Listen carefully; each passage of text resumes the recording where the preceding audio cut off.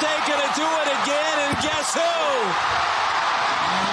Big O to the house.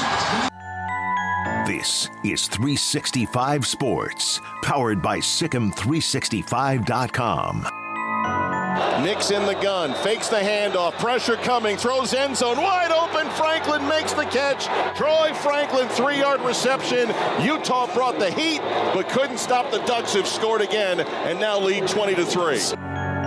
365 Sports is presented by IdealMRI.com. High-quality MRIs for $497 or less. IdealMRI.com. Your health is important, so is your budget. Got hung up in the wind a little bit. Here's Worthy, makes the first man miss. Straight ahead past the 40. Kicker to beat, there he goes. Worthy making a house call on a punt return. Xavier Worthy with a 75-yard return for a touchdown. 365 Sports is also brought to you by Texas Farm Bureau Insurance, protecting Texans since 1952. Dylan Gabriel. He got there. His throw to the end zone. Incomplete. A generational win for Kansas. Finally toppling Oklahoma. Have you subscribed to our YouTube channel? Search 365 Sports on YouTube. Brought to you by TFNB, your bank for life. And wow, Haynes King kept it. Faked it to Dante Smith, and here goes King. Inside the Carolina 30. 365 Sports is turbocharged by Unite Private Networks. Find out more at uniteprivatenetworks.com. Fafita to Wiley. Wiley down the sideline. Wiley breaks the tackle. Wiley has gotten into the end zone. Now here's David Smoak and Paul Catalina. All right, here we go on 365 Sports. Craig is at an appointment. He will probably not be here today, and most likely, and he will be back tomorrow. It is Halloween, and when you've had children, that is always a great holiday. Some don't like it, some do. On our desk right now is a bunch of candy. I went by a convenience store like 5 minutes away, and I just said, give me.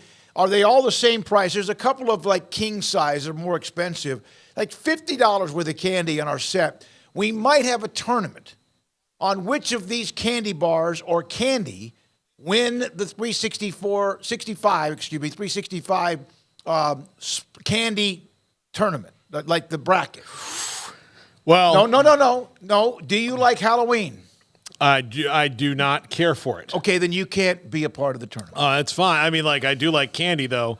And as an adult, I don't have to wait till Halloween to get it. So that's a great thing. So you're saying kids don't get Halloween candy on? No, either? but I mean, like, it's my issue with Halloween is mostly adult Halloween, and the fact that I don't care for strange children knocking on my door. But now that I'm a married man, I don't have free will. So there will be. So are you going to be sitting there in a little chair with a lantern, Amanda at the front porch, and hi as they walk up, and you give them whatever they want, and you're going to do that tonight?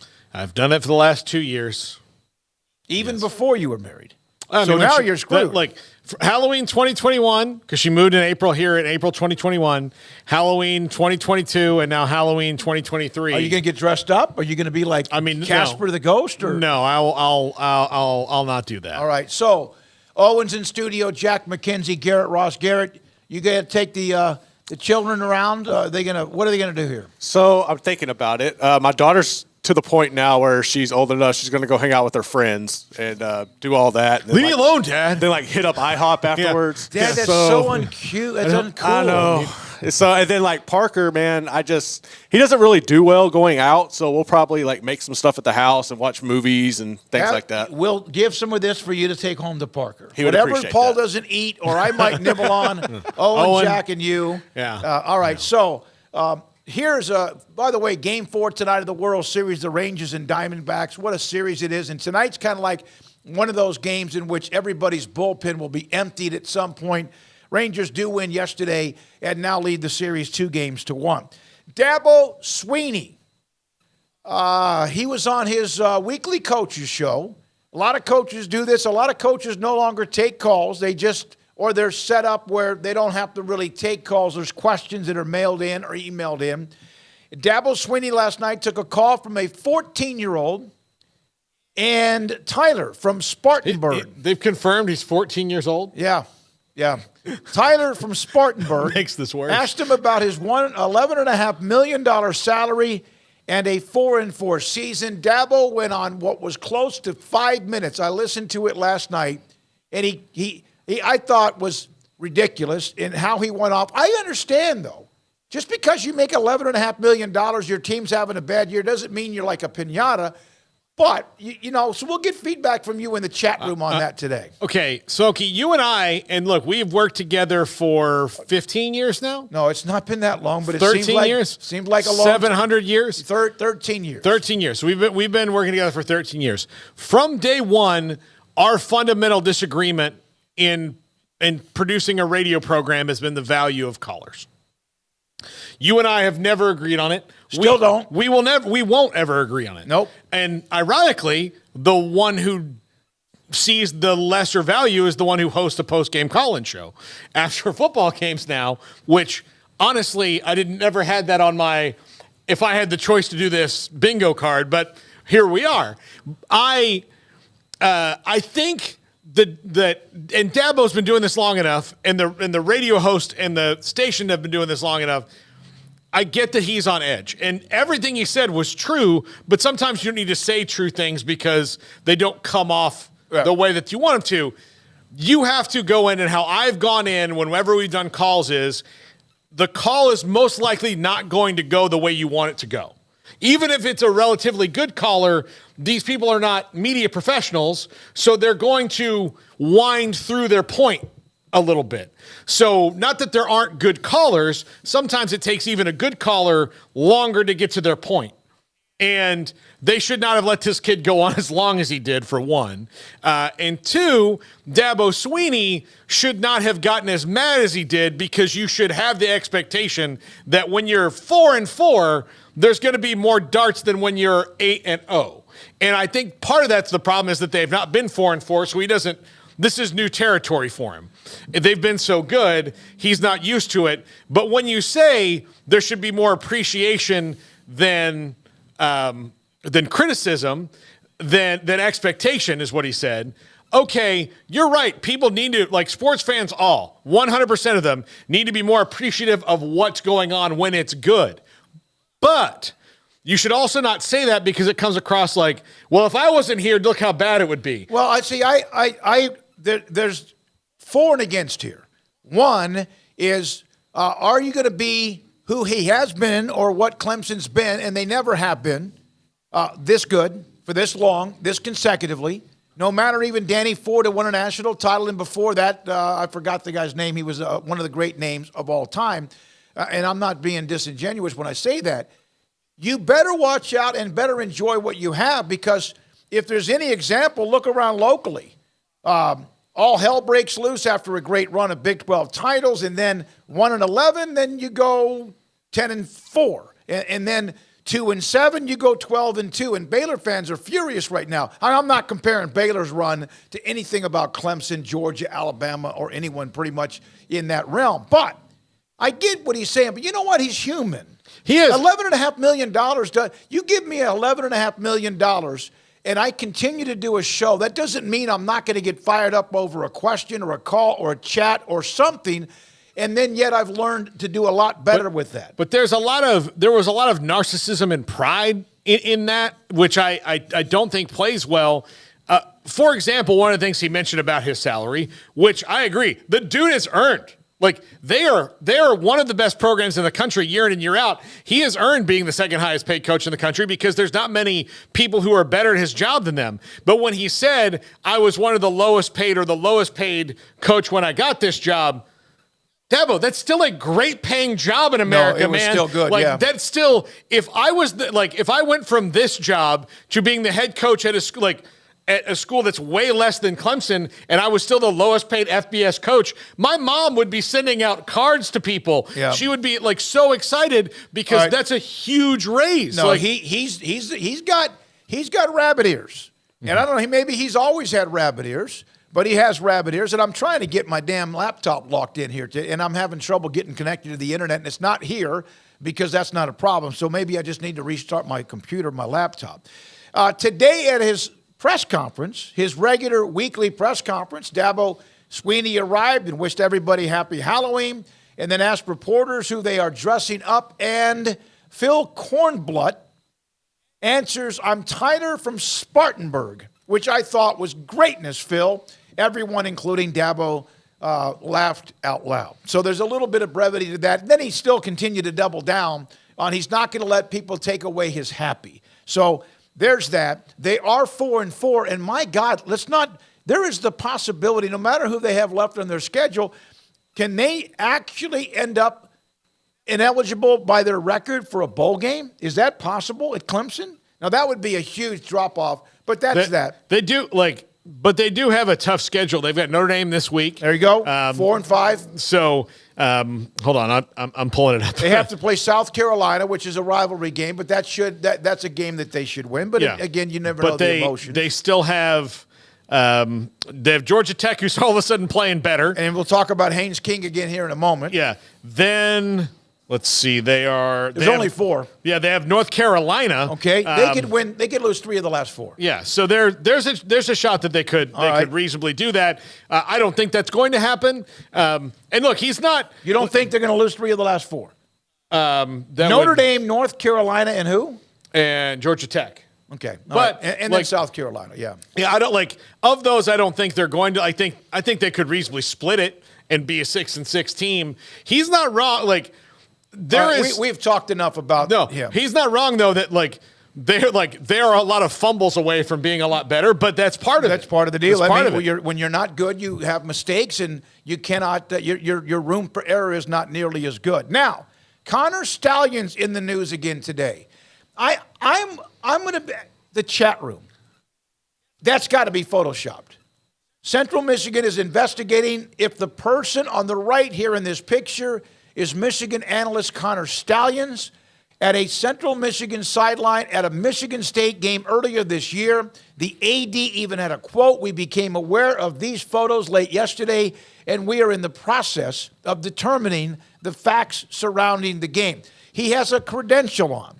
Does it have his name on it? Media relations or those in football operations would know. I cannot imagine, and I'm not trying to say that has to be somebody else or that has to be Photoshopped, but they're at least looking into it. Well, the thing that throws me off is not the only one who's reported this. The thing that throws me off from the Photoshop, because I thought the same thing you did, is that the coach that he's standing in front of that's walking away, that hand is blurry and moving. Yes. And it appears but they do amazing things with Photoshop now. So I don't know. You could put the Ayatollah in that picture and make it look like he's on the exactly. sideline. But yeah, you could do that. This can't. There's no way. There's and of course, Biden in the background. And if it was. Here's the thing: if it's not Counter Stallions and Central Michigan brought this up, then they're going to look really stupid anyway. Yeah. But I guess you're going to look dumb either way. You're going to look dumb for falling for a fake photo of Counter Stallions, or you're going to look dumb for letting a coach from Michigan get a credential and stand on your sideline. Or the coach at Central Michigan has ties to Michigan, and Counter Stallions was allowed on the sideline as a guest. Who knows? All right, now here's some more stats. Jayden Daniels, I know that Garrett sent me this one. I never saw this when he sent it to me. Jayden Daniels of LSU is trying to become the first starting quarterback to beat Nick Saban in consecutive years since Purdue's Drew Brees in 98-99 when Saban was the head coach at Michigan State. He has never lost consecutive seasons to the same quarterback while the head coach at Alabama. I wonder if he did it at LSU. I don't know. Because that was between those two. But that's the story of him at Alabama. Drew Brees, that is 24, 25 years ago. And Jayden Daniels, who's having a hell of a year. And I got to ask you this, and I've always wanted to ask on the weekend, when I see these, there's a group, whatever media outlet it is, and they have their top 3 Heisman picks, at least for now, and it goes up and down. The last 2 to 3 weeks, have I not seen Jayden Daniels at the top of almost all of these analysts? He has been, and it's crazy because if you go and look at his numbers, they're eerily similar and on par to what Joe Burrow did in 2019. My thing is, I don't see him getting the nod because right now he doesn't have that signature win. Well, quote Saturday unquote. they play Alabama. But that's the opportunity. Yeah. If he's able to do that, then more than likely you would give him a chance. But ahead of Nix and ahead of Penix and their offense is the best offense in the nation. Yeah. You're so I'm biased. just telling you. You are disgustingly biased. This is a bad show. Paul hates candy and hates kids and is not so sure Halloween is a holiday, and he doesn't like Christmas either, and Santa Claus is fake. That's what he said many times over how many years, Paul? 13 years that you and I have done shows together. Santa Claus is fake. No, hey, whoa, you said that. You said that to me 4 years ago because they all peed on your leg when you were playing Santa Claus. I just say that I didn't like playing Santa Claus, but I understand that as the young guy at a radio station and also having the build that I do, that it was going to be part of it. Thin Santa Claus, your field ripped off. But I did have to sit for hours at end, and it's not that kids pee on you, it's that they pee, and because they're in line, their parents don't take them out. So then they sit in your lap, and you're like, this kid's just peed. Great. Tell me what you want for Christmas. When you have yours. You urine-soaked When you have street yours, rat. you'll understand that you don't want to get out of line, even if there's a couple of people there standing in line. You're going to understand that. Yeah. That's going to cost you. Now, here's a lot of awards from today. The Doak Walker Award for the third consecutive week to Ollie Gordon II from Oklahoma State. 3 consecutive weeks he's been named the Doak Walker Award winner. The Earl Campbell Tyler Rose Award winner. Former Longview and A&M, and now Georgia Tech quarterback Haynes King. He wins the Earl Campbell Tyler Rose Award. He also wins the Walter Camp Offensive Player of the Year Award and the Davey O'Brien Weekly Award. That's a pretty good weekend in the win that they had against North Carolina for Haynes King. Also somehow won the Nobel Prize. I don't know what that one. Well, we need somebody to go win the Nobel Peace Prize. We need that right now in this world. Also, here's a great quote from Deion Sanders. I saw this late last night that Colorado had some players who had their jewelry stolen while playing UCLA at the Rose Bowl. And Deion saying, this is the Rose Bowl. They say the granddaddy of them all, right? I'm sure granddaddy has some money. So he's asking the Rose Bowl and who runs the Rose Bowl, the stadium, to pay back or at least reimburse the players for the lost amount of jewelry. Have you seen some of the jewelry Shedeur Sanders and Shiloh and Travis Hunter? That'd be a pretty heavy nickel right there. Yeah. Should they? Should they reimburse them? Did they have insurance on the jewelry? That's another thing that can recoup the jewelry. You Well, know that but one these game, are- Shedeur's but, hey, walking around. Those are things that I'm sure Dion has told them. Yeah, Like you that's like part of you growing insure up. these things. I know that there are people and on the chat room that we mentioned Deion Sanders and all the flash and everything are just triggered. It just makes them mad. But I will tell you, I promise you this. I know my name. I know Deion has told them, you're going to get all this stuff. Here's how you take care of it, because Deion's been really good about that in his life. At least for a stretch, after he had his kind of awakening where he kind of decided he was going to grow up and be a man, and not just be kind of a symbol of things. When he did that, believe me, his money is always lined up. Yep. So. All right, so there's that. Here's another note on Colorado, and Craig had brought this up quite a bit, that Alton McCaskill, who was fantastic at Houston, he then transferred to Colorado, has not played. He's going to redshirt. What did you say in the text, Paul, about Alton McCaskill deciding probably just want to play? get killed behind that offensive line. Yeah. Who should get? Is there? Was it negligence? If you were a doctor and you left.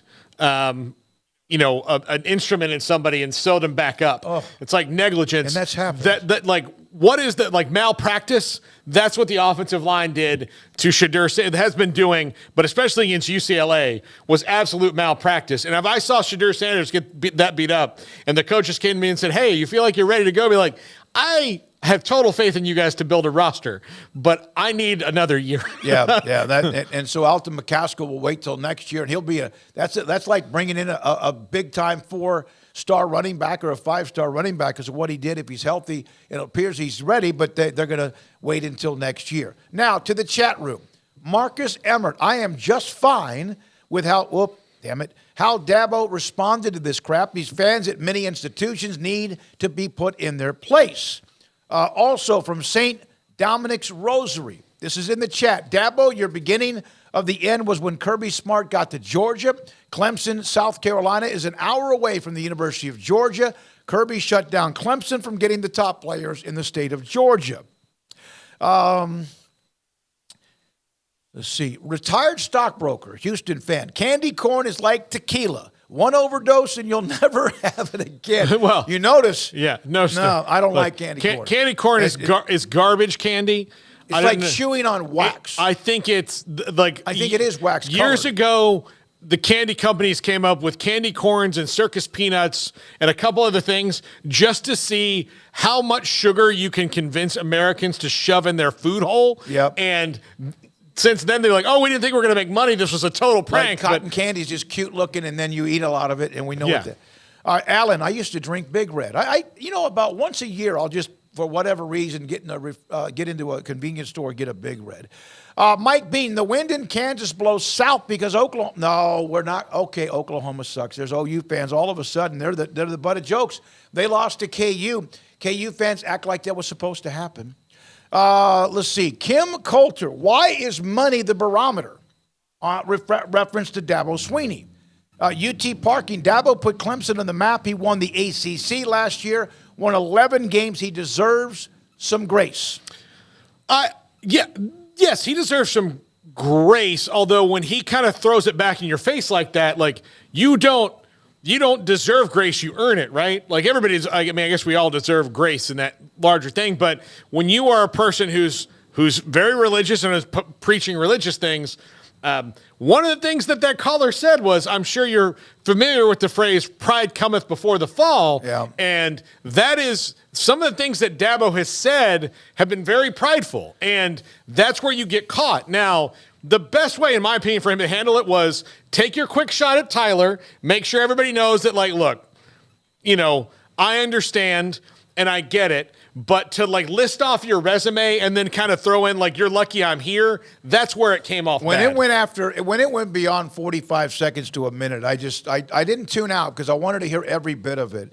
Let's see here. Having a bad years, have a Snickers. That's for Dabo. Yeah, that's great. Wacky to backy. Saban admittedly / reluctantly changes / adapts. Beats your blank. Let's see here. Paxton, you all have all the jokes today. I love it. From UT parking. Let's see. Mark Emmert, he was not a head coach out of the gate. I think he meant he worked his way up. Marcus, thank you for that. Let me see here. Here's a couple of more that we want to get to. St. Dominic's, Dabo and Clemson got good because Georgia was down. Georgia let Deshaun Watson and Trevor Lawrence get out of state. I think that argument. Look, nobody can be elite. Nobody can be the big dog all at once, right? You have to. There are players that swing things. Deshaun Watson and Trevor Lawrence is what swung it for Dabo because he was getting everybody else. But his quarterback right before Deshaun Watson was Taj Boyd, who was a really good college quarterback, but he was not Deshaun Watson and he wasn't Trevor Lawrence. And Taj Boyd's probably right now happy that he's not Deshaun Watson. Yeah. When Clemson was Clemsoning, when that term existed. Yep. And Georgia had that same type of. Yeah, they were doing it. What's changed is that there's only so many quarterbacks that you can go get that are going to take you over that limit. And you can... At that limit. That's limit. Mount Fujiyama, and what was amazing about Saban is that he was doing it at a time where you could also build everything around the quarterback. And then when he started getting really elite guys, then it's like, holy crap, this guy's unbelievable. Hurts, Tua, and then Bryce Young. But that's not the only thing that's derailed Dabo a little bit, but you're not always going to get those guys. And sometimes, look, DJU was the number 1 or 2 quarterback in the country when they got him, and then he didn't work out there. So, sometimes you just miss. And sometimes you choose the wrong person, and we don't know that about Klubnik because it's still early. And DJ's having a pretty good year at Oregon State. Klubnik also thought he was going to arrive at a place. Cade Klubnik and Garrett Riley both thought that they were going to arrive at a place, and then there was going to be a DeAndre Hopkins walking out the door, and that's not happening with this roster right now. And that's the other thing that's done him in. But if you look at Clemson's defense right now, they have probably 8 guys that are going to get picked in the first 3 rounds of the draft. So their defense is still what it's always been. Their offense is not what it has. Mike Bean, Dabo has gotten lazy with recruiting. Kim Coulter, 12 consecutive 10-win seasons. Mother of God, go get somebody outside of Saban or Kirby who can do the same thing. Goodbye, Gundy. Oops. Also from Sam Tyler, gave Clemson bulletin board material. Clemson going to win it all now. And then Mike Rayner, I'm digging your Nike pullover, Smokey. Thank you very much. Is that what this is? Yeah, Clemson going to win it all. I wear this when it's cold when I play golf. Like next year they're going to win it all? I can't now. They lost 4 losses, but yeah. But no, look, it would not surprise me to see Clemson be very much back on the scene next year. The biggest thing they're going to have to do, though, is probably go get in the transfer portal and get those guys that are. Which has been. He's been against it. Well, and somebody just mentioned about Saban. Someone might be ahead of the curve with him. For example, the spread offense, the wide open offense. He hated it. Now he does it. So the transfer portal, they were ahead of that. He was even a little bit late on the NIL, although some people could say they were always ahead of the curve. And I do think that Nick Saban, everywhere else in the portal, he's been okay. This year he needed to go get a quarterback sooner and didn't.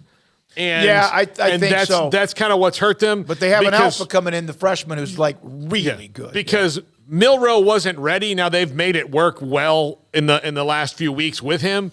But if they probably could have, if you could have gotten even a Devin Leary who went to Kentucky and has been kind of up and down, but he's a senior, he's a veteran. If you had a veteran in that role at Alabama instead of having to throw it all to these guys, even Tyler Buckner hadn't really played that much at Notre Dame. So if you throw all these guys that experience, Alabama's probably not as much of a mess on offense as they are right now, where it's kind of like a huge play or a penalty. I think there's other players missing too. Oh, well, John Bailey, Dabo was learning the real time. You either adapt or the game can and will pass you by. And the thing I think is also hurting Alabama is that they were so good at, having a 5-star and a 5-star and a 5-star 3 deep across their roster. But when you have, say, 2 offensive linemen get hurt and you go from a 5-star to a 3-star that you're trying to develop because the other 5-star went to TCU because he wasn't playing, well, he's not helping TCU win a title, but he's not helping Alabama win one now either.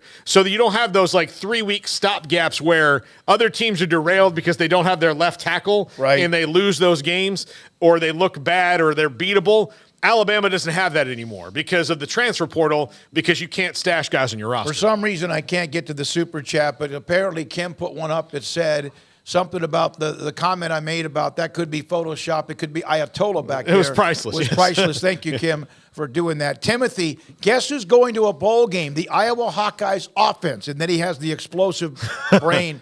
All right, let's see here. I got most of the chat room. Stalions is a crazed super fan who takes winning way too seriously from UT Parking. Wyvern King. Ironically, the Ayatollah was on the sideline scouting to see if he could get the Big Ten games on Al Jazeera. Why? Oh my God, there we go with that. Yeah. Someone doesn't like Jim Harbaugh. That is maybe, and I've seen that it might even be inside the bubble of Michigan, where some of this could be. But retired stockbroker. So who is the callers for this show? Paul or Smokey? I probably was the last caller. The chat room allows us to have you as a caller, basically. We've done callers. There's always a planned caller. I don't like those. I shut that down the first day I walked into Waco, as you remember. I'm just not big into the plant. I don't like it. I like to if we're going to take the calls, let's do it right. Let's have fun with it. Do it serious, take questions and even opinions, but it always falls off the map at some point. Yeah, and that's the thing that I think that is not Dabo Swinney's fault. That's the radio station's fault, is that if you are worried about the star of your show getting upset with something and you want to keep having callers, then you need to make sure that you it has to be like state radio a little bit. You can't let him do that. I can tell you I was producing Art Briles' call-in show. Mm-hmm. Somebody called up and said something way more innocuous than Tyler from Spartanburg when it was, Coach, if I never see it, and this is before Baylor got good under Art Briles, they were still, kind of trying to find their way. But, Coach, if I never see a bubble screen again, it'll be too soon. And then the next week, without any kind of announcement or anything, it was, I know what happened because I saw it happen, but no one knew. They just didn't take calls. And people kept calling, and then, it was just there because I was the one producing it. I was like, they didn't tell me anything. And then at the end of the show kind of ended. But the week before, they had played Texas, and Craig Way was at the press conference because he always goes to the visitors' press conference if he can, or the opponent's press conference. And Art grabbed Craig in the hall and said, "Hey, how do you do this?" And he goes, "Oh, we do email questions for Mac." And that way you screen them a little bit. I'm a little bit against that, but I can understand it. In that case. Well, I mean, the thing is, the people who own the broadcast, the rights holders, are either the university or someone like IMG, Learfield IMG, who's bought the rights, and they're trying to produce a show that's a fan show. Yep. And the coach many times begrudgingly does it, and you want to make sure that they're doing it as much as they can in the way that's going to make everybody the most money. And so if you have situations like Tyler from Spartanburg, you just know as a business, that's going to be hard. Okay, but here's my problem with all this. With Dabo or with Art or with Mac, because I think Mac did that too, Mac Brown, you sure as hell didn't mind the callers when you were winning a national championship. Exactly. Or when you were on your way up from 4-8 to 7-6. You didn't mind those calls, and you could even take a couple of punches, and you're fine with that. Yeah. LSU always gives Alabama hell with Saban before Saban, probably after Saban. I'm only going to Alabama because the game is at home. And then Timothy Vermeer's having fun today. We don't have to worry about anyone stealing Iowa's offensive signals. They don't have any. They have two. I think Brian Ferentz has two plays. One is called right, and the other is called left. St. Dominic's Rosary. Finally, someone remembers when the great Nick Saban was the head coach at Michigan State, getting his butt kicked by Purdue, Michigan, and Ohio State. I remember a couple years in non-conference against Nebraska, too. Bobby B. Smoak, he loves craft stouts. Have a few and hand out candy. What are craft stout beers? Is that what you're looking at? UT parking laughed my blank off. Bad Santa over here. Yeah, man, some of you today. Saban cost Ohio State a natty in 1998. I'll never forget. Paul needs a marriage. Paul and Smokey need a marriage counselor. Yeah, there's no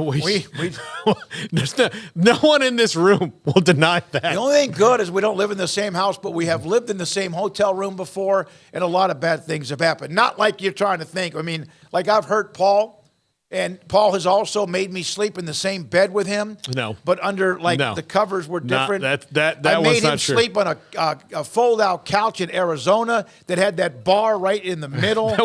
Woke up like he'd been in traction. Do you ever you saw Braveheart? Yes. At the end. That was, whoever designed that bed was like, maybe I can sell these to hotels for low prices. All right, when we come back, Roger Wallace, who covers UT. Oh, is Paxton? Who are the UT fans? There's a few of you, right? There's a couple of others that I know Paxton for sure. Colt McCoy tomorrow. I mentioned this yesterday on the show. Will join us around 5:30 tomorrow. So there we are with that. Plus, we'll have much more to come. So today, Roger Wallace on UT, North Texas head coach Eric Morris, Mac Rhodes today. No Craig's off the radar because he's out. Tim Brando, Timmy B today, who actually on his own Twitter feed mentioned he's going to join us today, and he will. And then John McClain. And I got to talk to John about him flopping crumbling like a bag of potato chips on the Astros, on the Rangers, and who is going to root for in the World Series. Paul's top five. Don't forget every night, weeknight, locally on the CW, 365 Sports Tonight. 4 segments, our best segments, discussion and or interviews or otherwise, and that is put together by the great Emery Winter. So there we are today. So all of that. Mike Bean, you can't spell suck without KSU. Mike. They're not. They haven't even played each other yet. They got 3 weeks.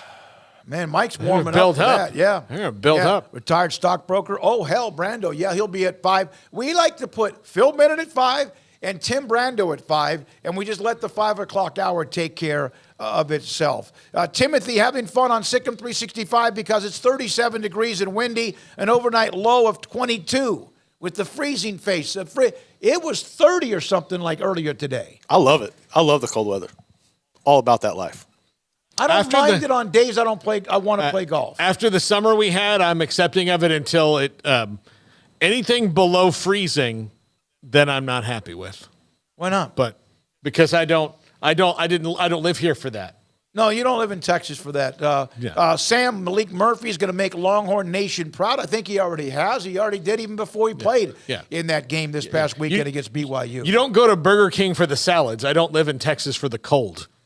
Yeah, no, I get it. I get it. Okay, when we come back, Roger Wallace on Texas in their game with K-State.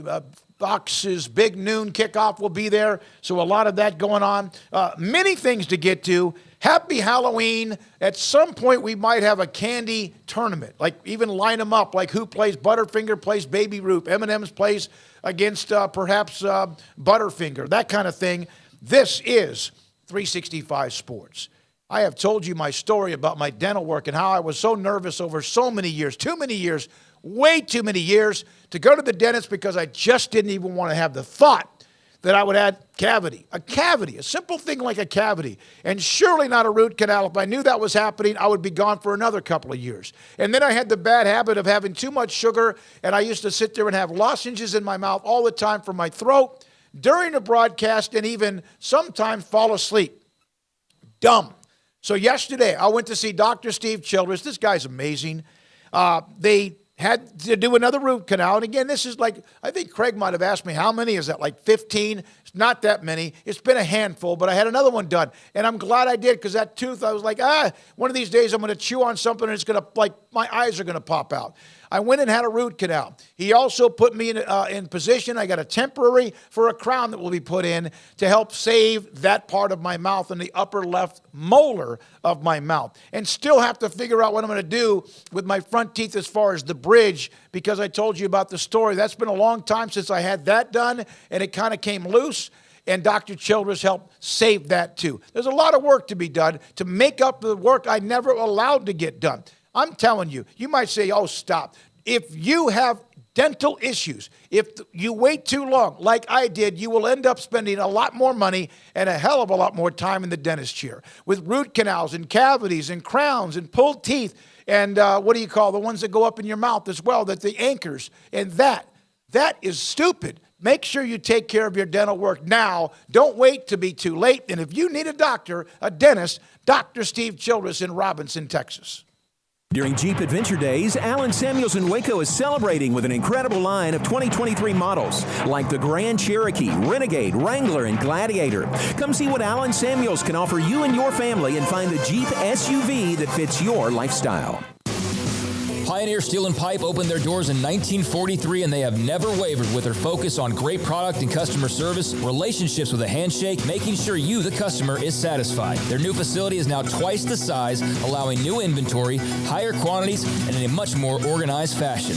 In addition to the long lengths in tubing, angles, channels, rods, and flat, Pioneer Steel and Pipe now offers several shorter, more convenient lengths of material already cut. Their 2,500 square foot showroom has over 1,000 new products in stock, new welding supplies, hardware, quickcrete, and do-it-yourself components for any project, whether you are a professional contractor or weekend warrior. The new facility is designed to make your loading experience faster and more efficient with easy drive lanes around the building and much more room to get your trailer loaded.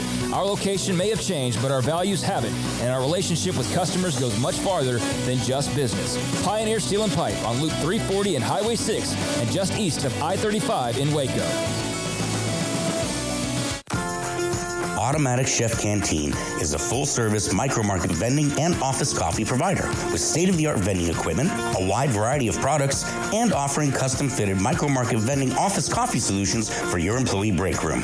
You want a full break room solution and a workplace oasis? Well, Automatic Chef Canteen, locally owned and operated for over 50 years in Central Texas, also includes in-house mechanics on call 24/7 for fast, reliable service and maintenance. Automatic Chef Canteen, 6900 Imperial Drive in Waco, or online at automaticchefcanteen.com.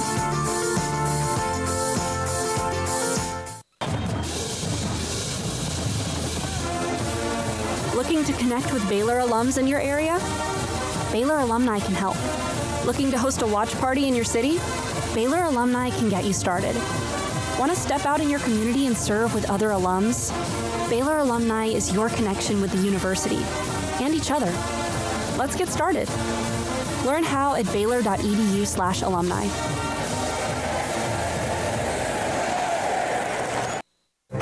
Stepping into a new pair of boots is great, but stepping into the boots of a U.S. Army officer can also add confidence and leadership skills to your son or daughter's career path. There are more than 150 occupational specialties to help them find the best fit for their future. See all the things your son or daughter can achieve in our boots at GoArmy.com. U.S. Army Waco Recruiting Company, 254-598-8131 or 254-776-1543. This is 365 Sports. The 3 o'clock hour is sponsored by Waco Custom Marketplace. Meats, sweets, Texas treats, and a cut above the rest. 425 Lake Air Drive, Waco. All right, we'll have Roger Wallace momentarily. All right, Garrett, can you do the widescreen? I know Roger's about to come on. I'm going to let Roger make the first pick. Okay. We have a candy bracket. Roger Wallace, UT Coloradoist, television in Austin, a great friend of mine, has been now since, was back in the mid to late 1980s. Roger, I have a bunch of candy in our studio just because we're being a little bit Halloween silly. If you had to pick between, we're having a tournament like a similar candy, Kit Kat against Mr. Goodbar. Which of those two would you take? I don't eat either one of those, but I thought that'd be a good first-round matchup, maybe George Mason against Kentucky or something like that back in the day.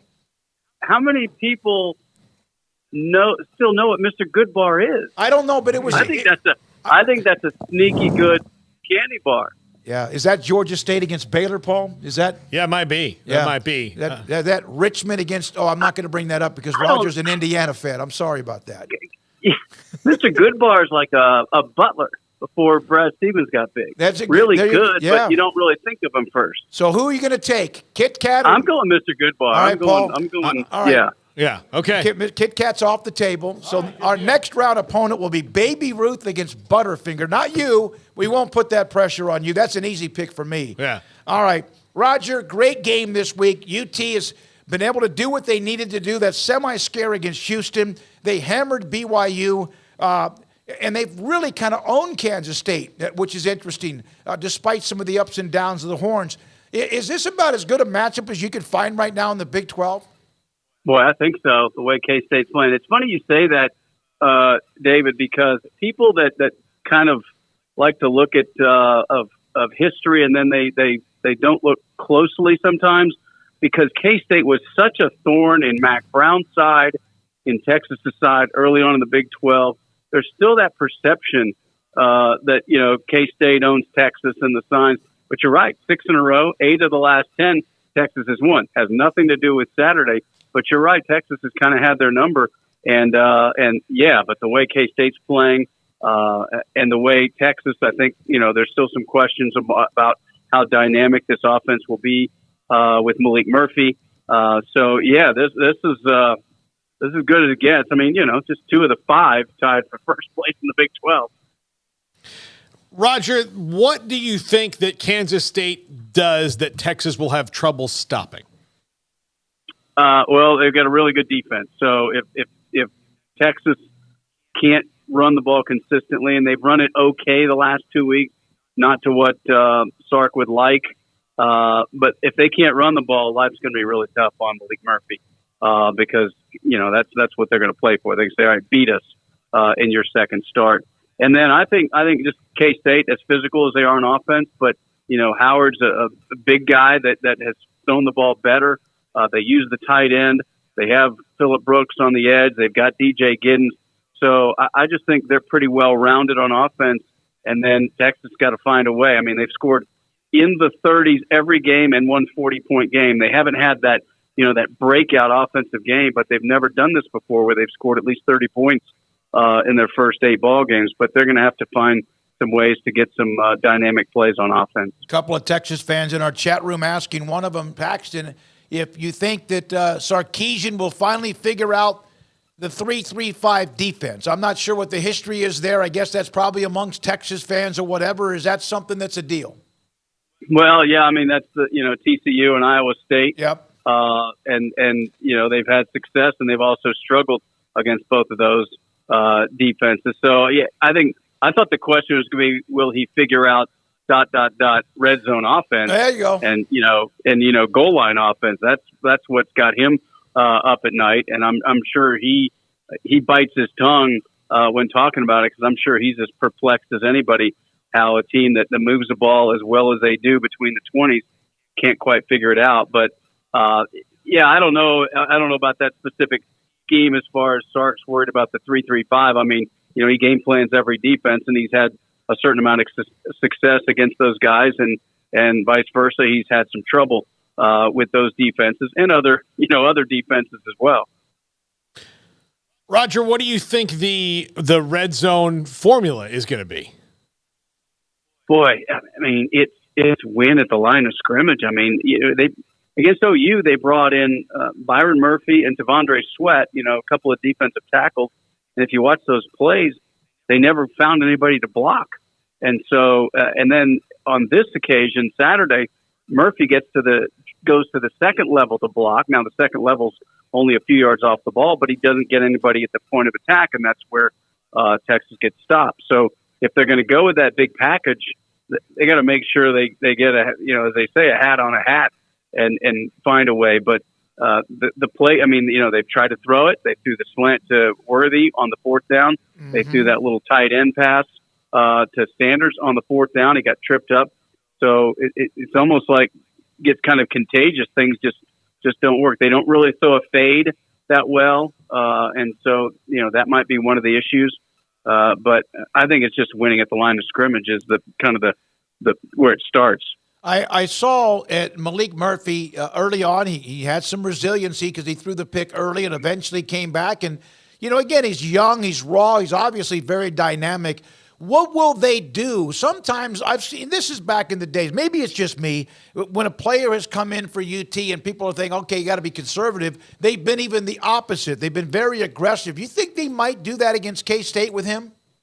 Yeah, and they did it to a certain extent. He threw the ball every down on their first possession that, they got a first down and ended in punt. And I think even their second possession, they threw a lot. Now, remember, they had the punt return for the touchdown. So that obviously helped to get that early lead. But, yeah, I think Sark knows they're going to have to throw the ball. They didn't get over the top with their receivers this past week. So, I mean, he loves throwing over the top. A lot of it's not worked, but they've hit a few. But I think definitely they've got to find a way to soften up that K-State defense, or it's going to be a long day for Jonathan Brooks and C.J. Baxter and those guys. How do you think they'll handle the two quarterback thing?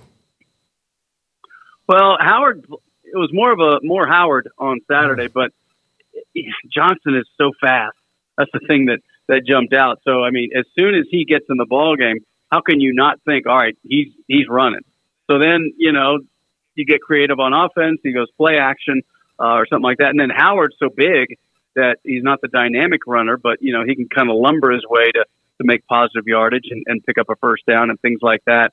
But they've been pretty good on defense with, Howard. It's the off-schedule quarterback runs that have hurt Texas with Milroe and, against Alabama and some of those things. It hasn't been, the designed quarterback run. So I think they'll be pretty buttoned up on that. Roger, many people in the comments here about Texas needs to run the damn ball, pound the rock. They have the dynamic, and Jonathan Brooks is among the best in the country. Obviously, Baxter, the elite freshman, among others. Is that? I mean, they're running the ball well. Why is it? Are they sometimes trying to maybe outthink themselves? Oh yeah, I think you can always accuse a coach when you think run, and then they try to hit one, and they throw a lot of deep balls on first down, to try to obviously catch the defense, and then when that doesn't work, then you get into that 2nd and 10. Are you going to probably run it on 2nd and 10? You get 3 or 4 yards, and then you're in a less than desirable third down. So, when you look at, the rushing yardage, they've got over 1,200 yards rushing, and the passing yardage is just a little bit over 2,000. So it's, I would call that pretty balanced. I know it's heavier to the pass, but that's, you get a big play here and there, and that's going to skew the passing yardage. But yeah, I think they want to run the ball better than they did the last two, and I think they'd be more than happy to turn this in. I referenced, you guys remember last year's end of the Baylor game when it turned all run, and so. But they've got to be able to beat them through the air. They've got to keep that defense honest. I don't think it's just as easy as pound it at Kansas State, because that's what Kansas State is going to be playing for. Malik Murphy puts his heels on the end zone, on the end line, and lets it go. Where does it land? I think he can go maybe. I haven't seen him air it out like that. We don't get a lot of looks at practice, but I think he can probably throw 65 in the air, maybe. That's my guess. Question is, can he, out-throw receivers or vice versa? Now, the throw against, that first touchdown, and I realized Mitchell was wide open. He got behind the defense. But still, how many quarterbacks, especially young guys, would throw that so Mitchell, by the time he's under it, he's out of the end zone? It's just, the fact that he put enough air under it and still let Mitchell go make a play. To me, that said a lot for an early throw in his first start. And Sark always says he's a natural passer. And so I think that's one thing that, a freshman, and he was kind of a mystery. He came in as a 5-star guy, but he was always hurt. And so nobody really knew what to think of him.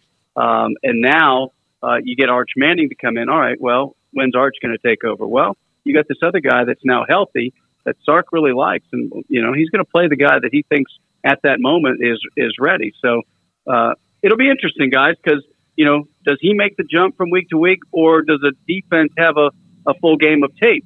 And so do they, make some adjustments to him that obviously BYU didn't have a full game of tape. They just know what Sark likes to do. Which brings me to this. Right now, Malik Murphy is still someone, and I hope for the rest of his career in college, admired by the University of Texas fan base for his patience, for not bolting when a lot of people would. In fact, one of the players on his roster, somebody that bolted from somewhere else, and Quinn Ewers. In the end, if Malik has any kind of crack here or that doesn't quite work out, do you still think he'll remain at Texas? I hope he does, because I'm not real big about guys leaving if they don't get what they want. I don't know. I mean, if let's say he plays 2 or 3 more weeks, and if Ewers comes back and he's good, what's going to happen in the off season with other programs? Now they've got a body of work to base it off of, not about his high school resume. And then what happens? Let's just say Ewers is not here next year, because if he's here next year, then throw your arms up and anybody try to guess what's going to happen with that quarterback room. I think it would just be a guess. But if it's Malik and Arch Manning, and then they've got Trey Owens coming in, I don't know. I mean, yes, you really admire someone that would stick with it, but you can't blame anybody also for looking for opportunities. And I don't know if it's a case where you go through spring and see how it's going to play out, but that's a really good. I'm sure every Texas fan is wondering that exact thing now that he's going to start his second game, and I don't see any reason why, unless he really struggles, I don't see any reason why all of a sudden they're going to decide, oh, we think Arch is more ready than he is. So therefore, it's a clear-cut delineation between Ewers, Murphy, and Arch Manning going into the offseason. Yeah, Roger, before the season started, I said that if Quinn Ewers is in the draft, it's probably really good news for Texas. No question. I know it. It sounds kind of. Most schools would be like, no, God, please let him stay as long as he can. But I would think that if he winds up in the draft, then that means, especially just given where the season stands at this exact moment, that means they finish pretty strong. Yeah. I totally agree, and I think in their heart of hearts, when they're sitting in rooms with the doors closed, that was the plan that they see happening, is that he's got his 3 years.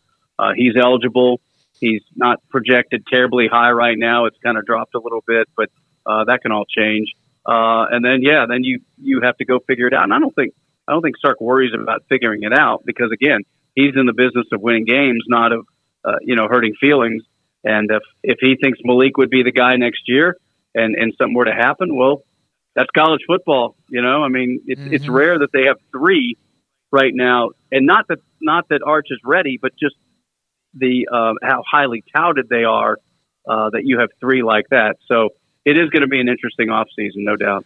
Roger, a win against Kansas State with what we now have at the top of the Big 12. It's not chaos. And then there's also elimination games because of people who are playing each other, including Oklahoma after the loss to KU playing Oklahoma State. Just what you see and how, to me, I'm maybe not talking too early here, I think, but the winner of this game to me will be in the Big 12 championship game. Yeah, I think it'd be really difficult if Texas loses, because then they've lost head-to-heads with two teams that are in the hunt, and then they only have one more of a team that's in the hunt, and that's at Iowa State. So, yeah, I think you're exactly right. More so, if they lose, I think that's going to be really difficult. If they win, obviously in great shape, because that means they beat a really good team. Now you're going on the road to TCU, which has been a tough place lately, although they did win in Sark's first year up there. And then, gosh, that Iowa State game looks a lot different now than it did a month ago. So, but yeah, you win this, you're a pretty confident club going up to Fort Worth with a win over a really hot K-State team to get to 8-1. Enjoy it. I know you will. Keep up the great job, young man. Thank you, Roger. Appreciate your time. Right on, guys. Enjoy. Roger Wallace picked Mr. Goodbar over Kit Kat. Which Kit Kat, I'm the surprised. slogan, the song in the Kit Kat bar, that drives me nuts. That's good reason to knock him out. No, not volume, taste. That's the king size. That's the 6'9" got knocked out by a bunch of guards. Look, this is a top rank. This is North Carolina, Duke. They're gone. I mean, they're gone. They're out of it. All right. And so we're going to do this. I don't know how. We need to get a poll up in the chat room on the next round. Can we do that, Garrett? Yeah, I got you. you. We'll do that. We're going to put a poll up in the chat room for the next bracket or the next round of the NCAA tournament. It's going to don't put it in the chat. Don't write it down. It won't count. It's going to be in the poll. Baby Ruth against Butterfinger. To me, this is a clash of a couple of old time like blue bloods. So we'll come back with that, and I'll tell you right now, I'll take Baby Ruth over Butterfinger any particular day. But you guys vote on that. Guys and girls, vote on that. There's some this is a tough one because Butterfinger, I think, has a better taste to it, but eating a Butterfinger is problematic. It falls apart. It falls apart. It falls apart too much. Now, when we come back, we still aren't done. We have Eric Morris is about to call us, University of North Texas football coach. That's next. This is 365 Sports. Cars priced right, day and night. Average your car in Texas. Trucks built for you, red, white, and blue. Average your car in Texas. Cars that zoom with lots of room. Average your car in Texas. Count on us, a dealer to trust. Average your car in Waco, Texas. Pizza, burgers, and Bears football. There's no place around Waco that serves them all other than Bubba's 33. Come show your green and gold and enjoy some of Waco's best food and beverages while watching your favorite team, the Bears. When real Bears fans get hungry, Bubba's 33 is the #1 spot for ice-cold drinks, hand-stretched, stone-baked pizzas, and bacon-infused burgers. Join us for indoor or patio dining. Bubba's 33, Waco's restaurant and proud supporter of Baylor Bears football. Sick 'em, Bears. With so many companies and policies out there, it gets so confusing shopping for insurance, and I never know if I'm getting the policy that's right for me. Luckily, I met the team at the Nitschke Group Insurance Agency. With the Nitschke Group, you can go to one company and get access to coverage options from many insurance carriers, and you get to speak to a real person about your specific coverage needs. With the Nitschke Group, I know I'm getting the right coverage at the right price. If you need insurance, talk to the experts at the Nitschke Group at 1-800-258-8302. At Ideal MRI, we feel blessed to be part of the Waco community. We're a small family business here in Central Texas. At times like this, the cost of healthcare has never been more important. And unfortunately, significant illnesses and injuries still occur. And that's why Ideal MRI is open and here to serve you through this difficult time. So if you need an MRI, ask your doctor about Ideal MRI. You can schedule online in minutes at idealmri.com or call 833-IDEAL-MRI.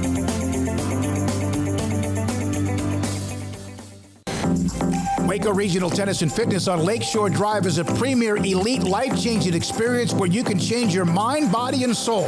Waco Regional Tennis and Fitness offers over 40 group exercise classes every week, including boot camp, indoor cycling, bars, silver sneakers, and more. If you haven't been to Waco Regional Tennis and Fitness lately, you're missing out on the improvements. New flooring in the weight room floor and locker rooms, new paint and mirrors added to the weight room and group exercise room, and many new machines have been added and arriving constantly on the weight room floor.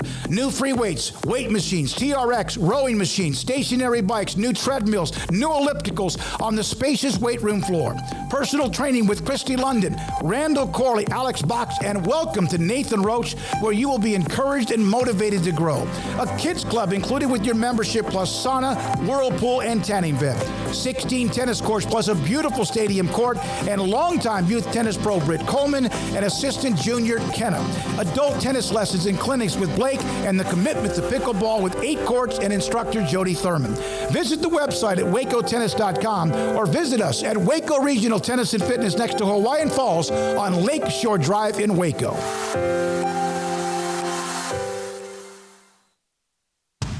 This is 365 Sports. Text us at 254-339-1122. The text line is sponsored by Riverbend Liquor and Wine, with the most extensive variety of craft beer in Waco. A hidden gem on Lakeshore Drive and 19th Street. Eric Morris, first-year head coach at the University of North Texas, joins us on 365 Sports. Paul Catalina. And I'm David Smoak. Thanks to Taylor Bryan for getting this set up as well. Eric, thank you, Coach Morris, for being a part of the show. What is the identity of your football team right now? Close. Close. Yeah. Close to being able to pull a lot of these out. And so I think that we're definitely in a building stage, building a foundation for the future around here. But, we got no quit in this. Seen a lot of resolve. Our guys are fighting for 4 quarters, and but we're just not consistent enough right now to pull out a couple of these, and especially moving to the American Conference. It's been better schedule, challenging schedule, but we're right there. Right there with Tulane, right there with Memphis, and have chances to win both of those games at the end. So yeah, we're growing. We're getting better. We got a bunch of good young players that are making plays and growing for us. When you look at what you set expectations for a season, how do you do that as a head coach in your first year? Yeah, hard to do. I think there's a bunch of unknown until you get into battle with these guys. And so, it's been interesting to see it unfold. I've learned a lot throughout the course of this year, both good and bad.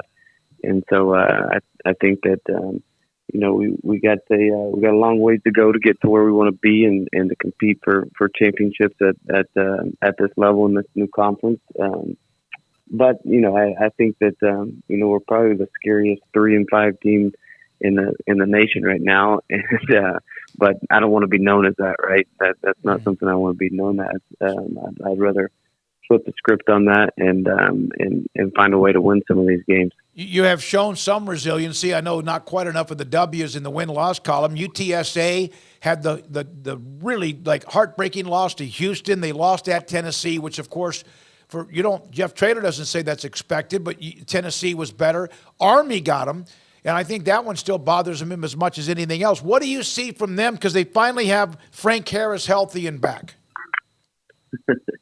I think you just hit the nail on the head right there. Is when you got him at the realm, it's a really good ball club. And it is, anyways. I just thought, just for a kid that's played 7 years and seen every defense possible, a guy that's just done it at a high level for so many years, and see the growth of Frank. I played against him when we were at UIW early in his career, and he just night and day. I mean, he relied on his athleticism back then a lot more, and he's become more of a complete quarterback now. I mean, just anticipation, accuracy. I mean, all those things, just team leadership.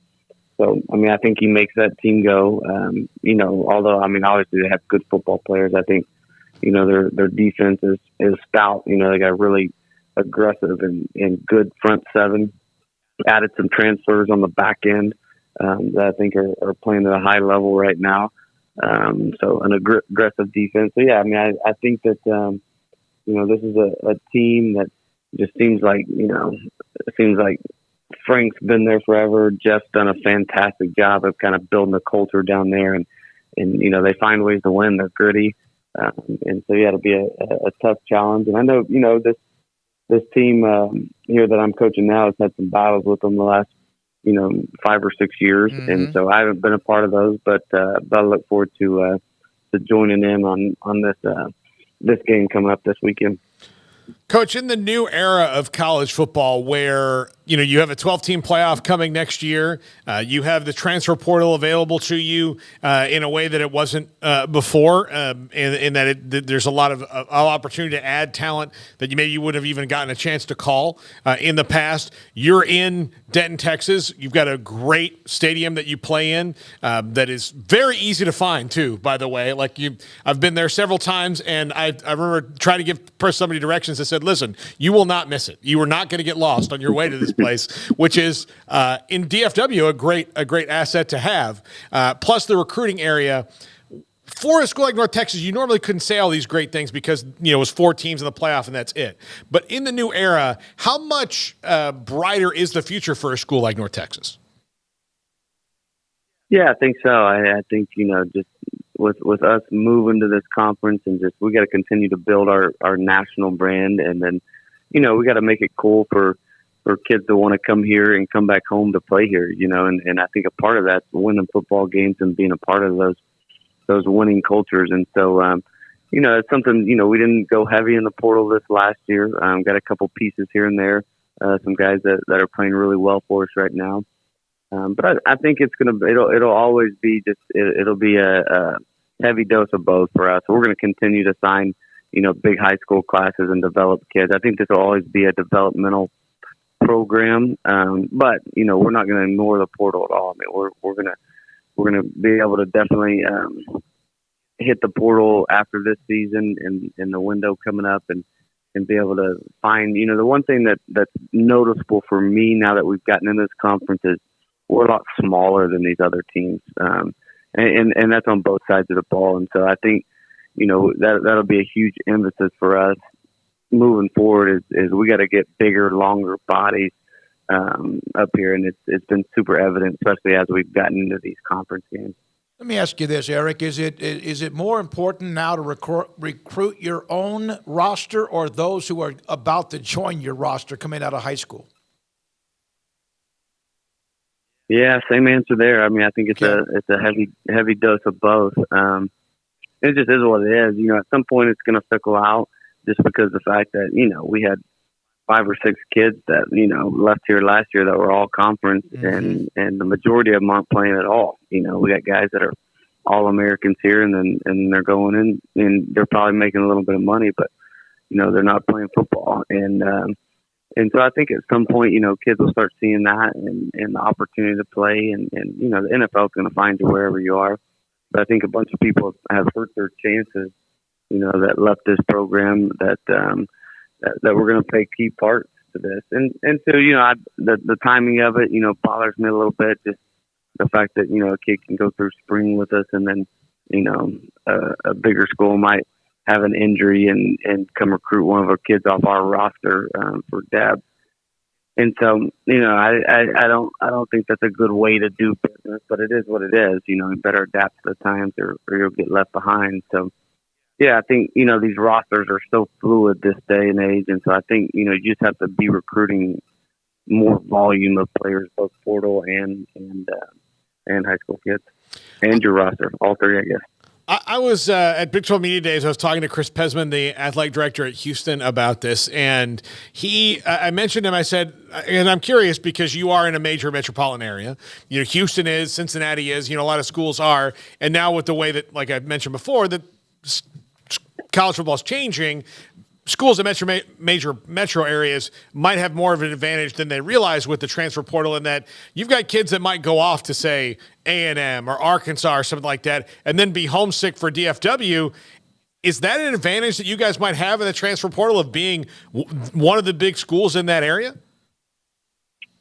Yeah, you know, I still think it plays second fiddle to money. Mm-hmm. And so I think money's number one, and that's you know, the way a bunch of these guys are able to capitalize on when these kids get in the portal, and you know, people want to say it's not happening. I mean, it's happening at an alarming rate as these kids are, you know, offered a ton of money to go somewhere, and that's influencing the decision. So, and same thing, I don't foresee that going away anytime soon. So, it is what it is. I'm not going to sit here and complain about it. You know, we better find a way to combat it and to be able to continue to build our roster every year. But yeah, I think that, you know, obviously, you know, location has something to do with it.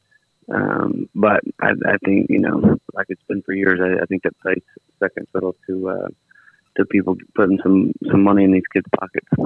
Let me ask you, if you don't mind this question, if you're recruiting a player, no matter where he is, and the first thing he brings up to you, the first question he asks you about is NIL, what do you say?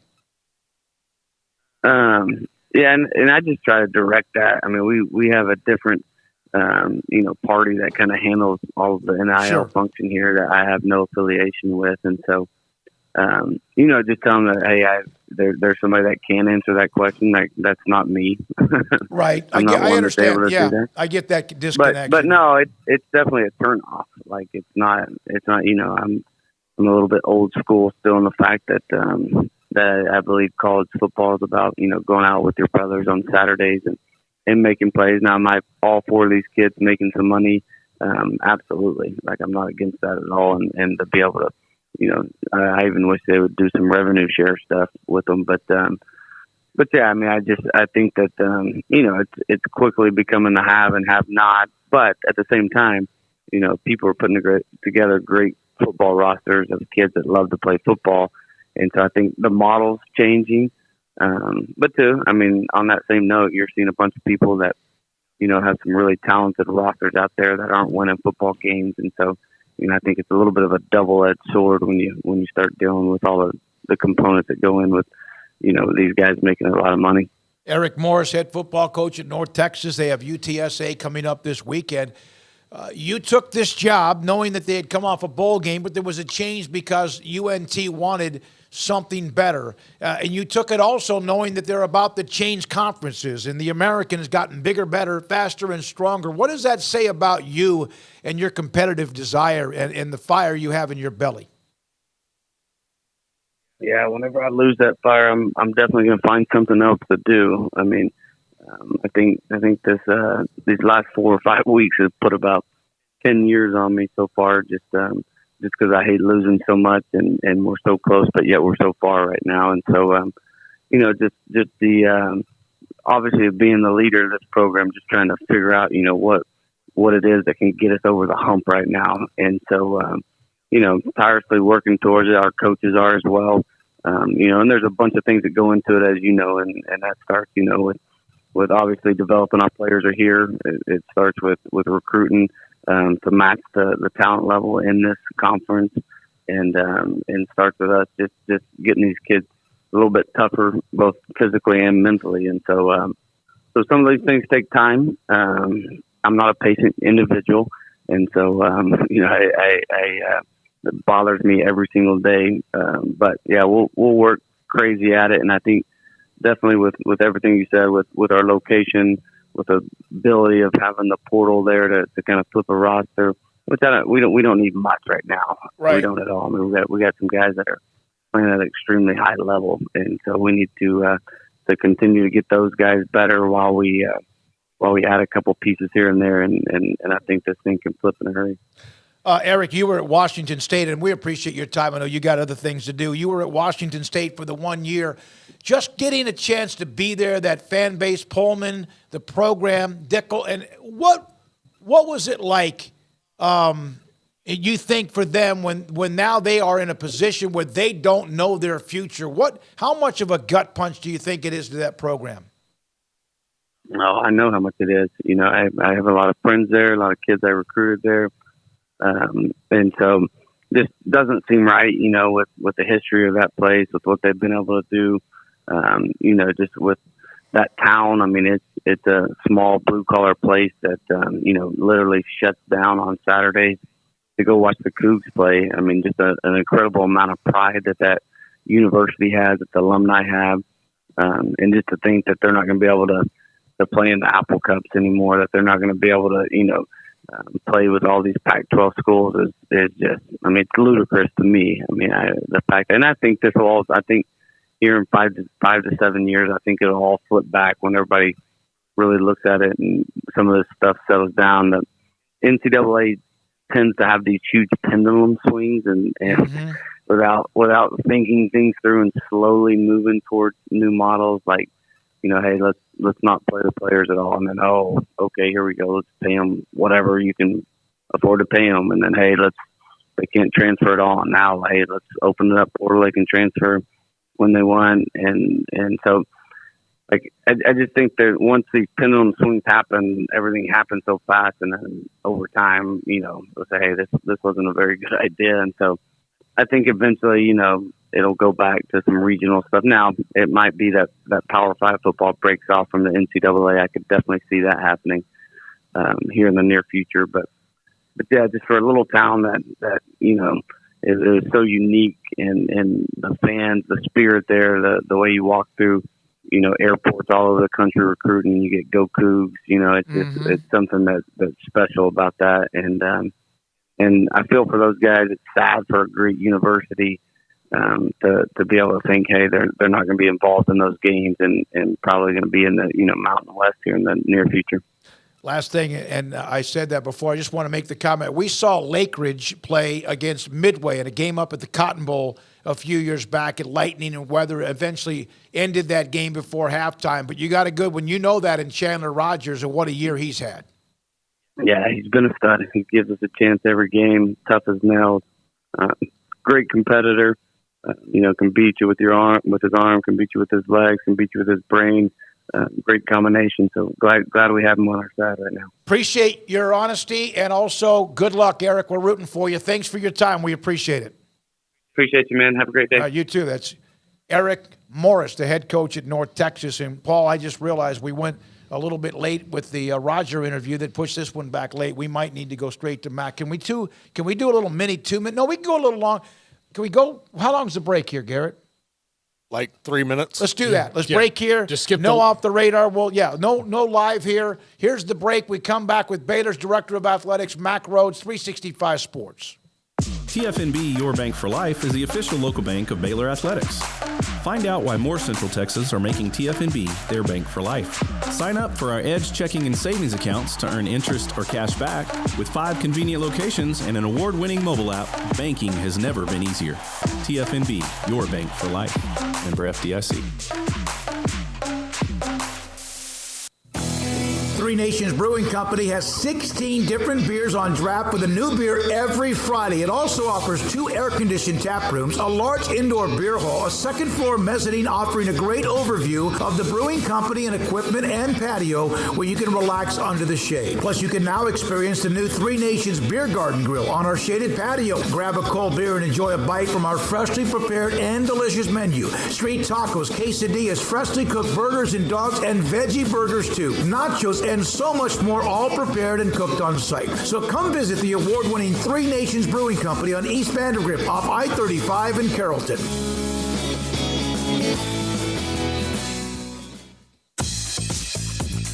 Baylor Scott & White Southwest Sports Medicine and Orthopedics, the team physicians for Baylor Athletics, diagnosing and treating all sports-related injuries, including concussions. These specialists also provide orthopedic services for athletes and non-athletes alike, whether it's knee or shoulder pain, a wrist injury, orthopedic spine care, and even an arthritis and total joint clinic. Trust the doctors Baylor Athletics trust. Baylor Scott & White Southwest Sports Medicine and Orthopedics wants to get you back in the game. Samantha Duvall, Marketing Director for TexasBeefHouse.com. You know all about their great Wagyu beef and product they have. You can go to TexasBeefHouse.com for anything you want to order. But, Samantha, thanks for your time. There's an auction coming up in the month of November. Can you tell us a little bit about that? Yeah, so November 11th, we're having our first public beef auction. It's going to be here at our ranch in White House, Texas. It's going to be a live auction. You can bid in person. You can bid on the phone, or we'll also have it online. And we're auctioning off Wagyu and Angus beef. We'll have 30 to 40-pound bundles.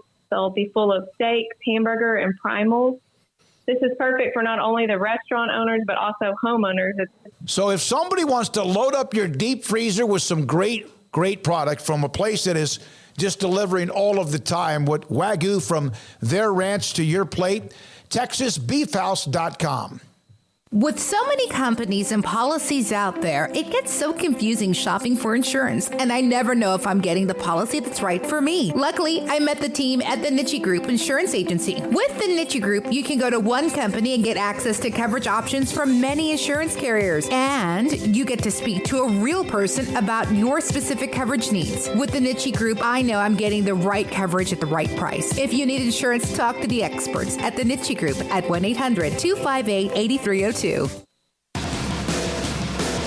Welcome back to 365 Sports, powered by Sikkim365.com. Our weekly segment with Baylor Director of Athletics, Mac Rhodes, is brought to you by Edward Jones Investment Brokers, Ben Erlinson, Brad Wilson, Cam Heathcott, and Chuck Verno. Edward Jones, making sense of investing. Baylor Director of Athletics, Mac Rhodes, with Paul Catalina. I'm David Smoak. Craig is back tomorrow. Mac, thank you. I want to start off with this. We have a bunch of candy on our studio set, and we're doing like an NCAA bracket. And I'm going to make you pick between two candy. Hershey's chocolate bar or Snickers. Oh, those are, by the way, two of my favorites. Wonder how I knew that. Had to choose, if I had to choose one, I'm giving Snickers the edge in overtime. My God. In overtime. In overtime. And they move on to play probably, it looks like Butterfinger. Yeah. Butterfinger absolutely trounced Baby Ruth in the last round. That was a disappointment to me. By the way, the best blizzard is a Butterfinger blizzard. Paul brought that up. Yes. Yeah. God. So that would be a tough choice for me. Yeah. All right. Thank you for your time today. We appreciate it.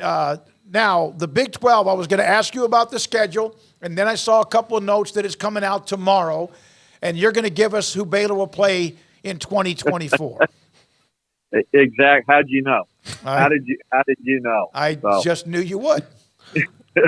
No, I certainly appreciate being part of the process and being on that small working group with Scott Draper and a handful of other ADs. And, I think it's a very thoughtful, schedule. We took into consideration a bunch of different things, when you think about, time zone and how many times you're playing in a particular time zone and geography, how many times are you going back, back and forth from east to west. And, those two things are really important when you think about how, our conference has expanded and it being a national conference.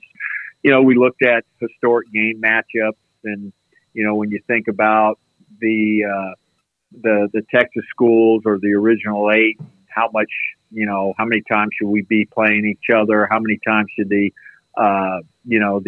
4A American Athletic Conference schools that are in this year, former American Athletic Conference schools, how often should they be playing each other? And then obviously next year as you mentioned, 2024. How often should the Pac-12?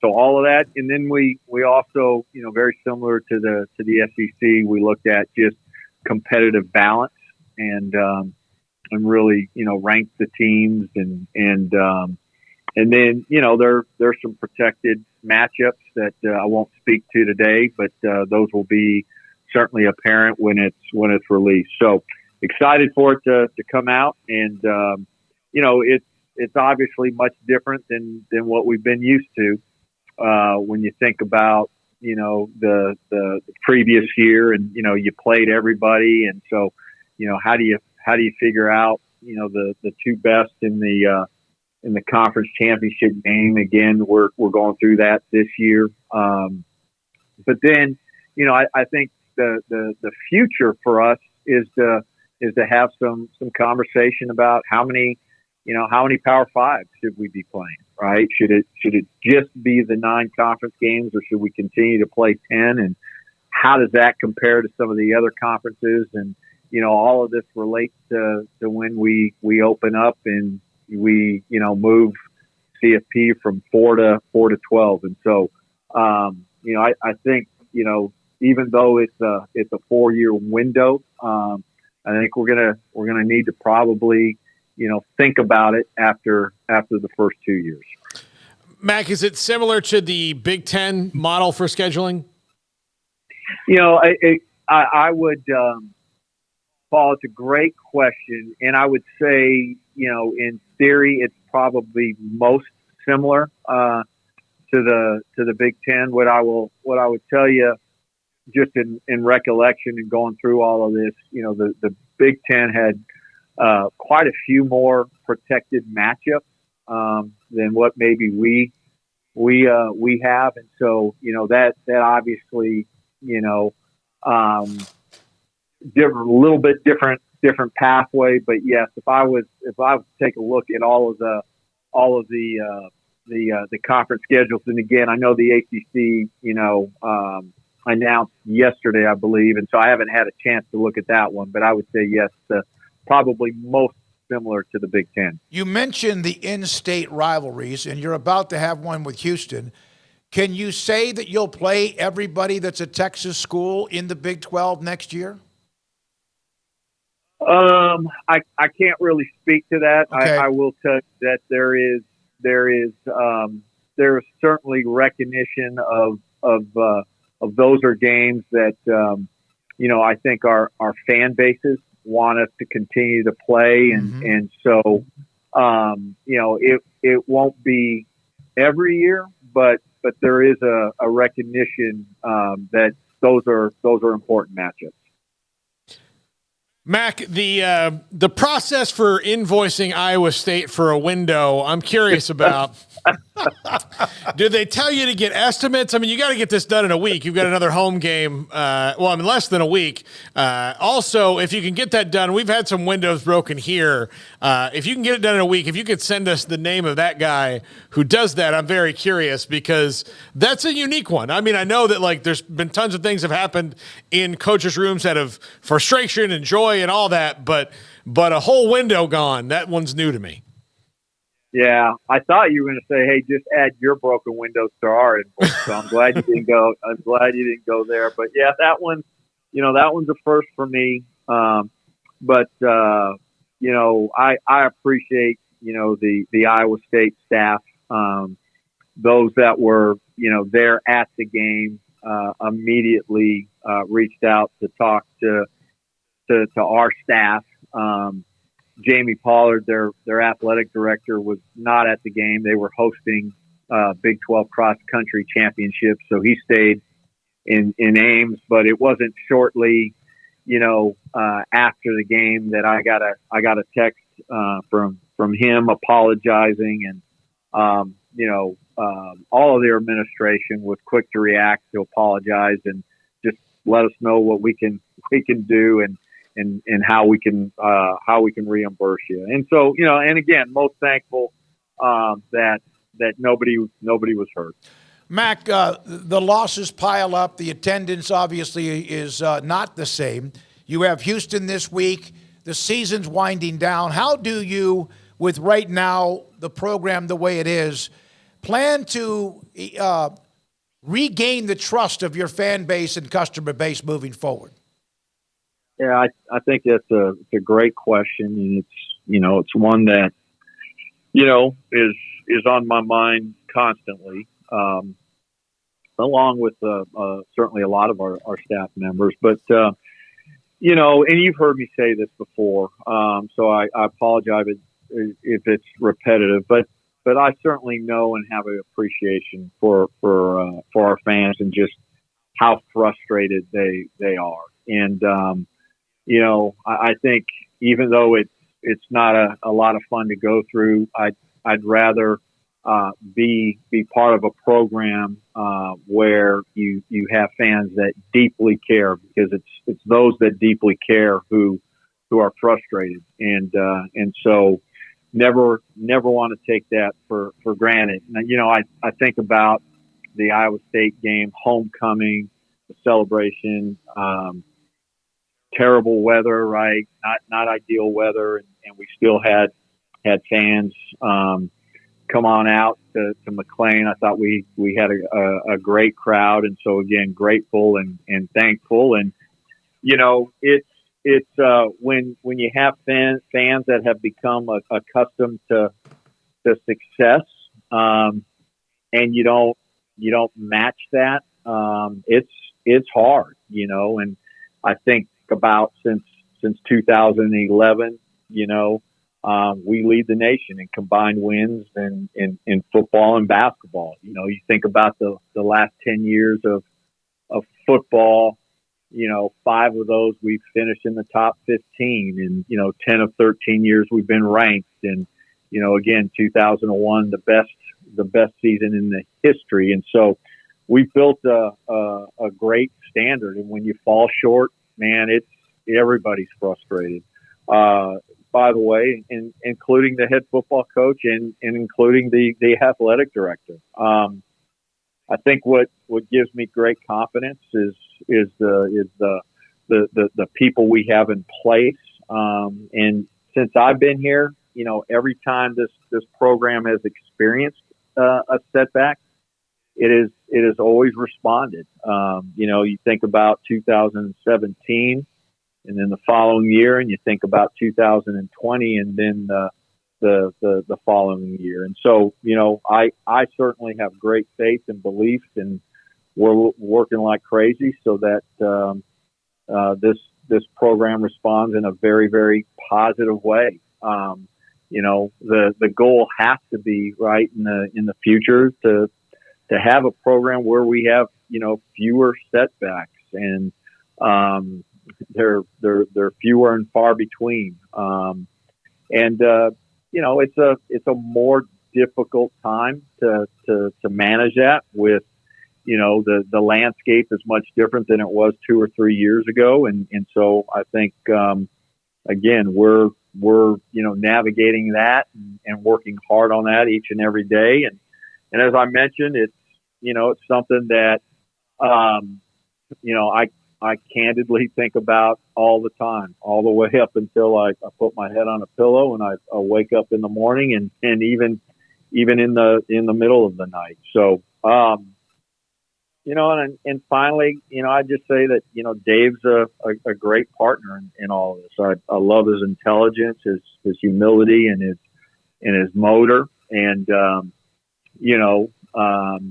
he's not sitting tight, right? He's working tirelessly in terms of, how we, finish, but also how we set up and we prepare for next year as well. So, I saw yesterday, this reminded me a little bit about just yesterday and Dabo Swinney, certainly had a bit of frustration. Mm-hmm. And, I think that underscores, where there are some programs today that are used to winning and maybe having a difficult time of it. But I really believe that we'll respond in a great way.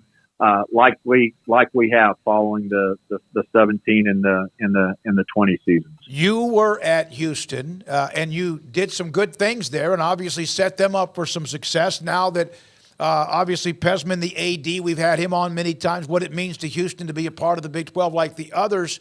You're playing them this week. It renews a rivalry that went on during the days of the Southwest Conference. Your thoughts about how important it is to take care of a newbie and make sure they understand that you and a lot of others were the ones who were part of the original Big 12. Yeah, I mean, we're certainly, excited to have Houston as part of the Big 12 going forward. It probably means maybe a little bit more to me since I spent 5 years there, and we were able to do a lot of really great things. And we opened when I was there, they opened up, I guess I should say, a brand new stadium the same time that McClain opened, and really put an emphasis in building infrastructure for the football program to be successful. Houston's a great city when you think about, talent. And, I think about, the history of great players we've had from that area. You think about a Mike Singletary and a Santana Dotson and, a Jaylen Petrie. And so I think it's really important for us to have that great connection between us and the city of Houston. And I think, playing the University of Houston, and having them as part of the conference helps with that connection. Mac, the Pavilion continues to move along. I know that opening game just around the corner, the first of the year. Your thoughts about the progress? And then number two, I had been told that if the women are in the position to host the first and second round, at least this first year, in the spring of 2024, that would be at the Farrell Center because, the development center is still going to take a little bit more time. Yeah, I'll speak to that first, and you are exactly right. You heard correctly that we're fortunate enough to host first and second rounds. The NCAA women's basketball tournament, that we would move that back to Farrell. Just again, because the development center and will still be under construction. And what does that mean? That means that we wouldn't have all of the locker room spaces completed yet to host, 4 teams. And so that's where it would be played. And, and hopefully that's one last magical, moment in Farrell if we're able to do that. Obviously, the story was getting the AC turned on in the Pavilion, and we were able to do that. And so we're still tracking towards our projected, open dates. And it won't be 100% completed building. Certainly, on the outside when we think about landscaping and all of the parking, and then you mentioned it, the back half of the building, the development center will still be under construction, and so we'll get the keys to the building that noon before the game, and then following the game we'll have to turn it back over to the construction crew. So but everything everything says that we're again tracking to play in early January. And I've had some people ask why play the games there, particularly obviously the Big 12 games, if the whole facility isn't complete. And so we've certainly had a lot of conversation about that as a staff with the basketball staff, but we think the new pavilion, the arena will be ready, and that it provides the best environment for our student athletes and for those Big 12 contests. Is it just in particular, like with that, like even navigating all the things you're going to have to, like you just mentioned, the boost for just the team and the momentum of a student fan base in a new spot? is worth the risk of all that other stuff, right? Plus, you have a backup plan anyway. Yeah, no, we have a backup plan, right? We've got the Farrell Center, but I just think the energy, you spoke to it, Paul, just the excitement and the energy and the anticipation, for both programs to be in the facility, play Big 12 games there. I think, and I think our fans will realize it gives us a tremendous, I think it will give us a tremendous home court advantage. So, if we can do that, then, that's what we're going to do. And again, as mentioned, we're on track to be able to do that. Mac, you mentioned earlier, and the last thing, and we appreciate your time as always, that as far as what is on your front mind, and then you have an athletic department to run, then you have all this other stuff going on with just college athletics in general. Do you sleep well once you finally fall asleep, or is it one of those where I need to send you some gummies?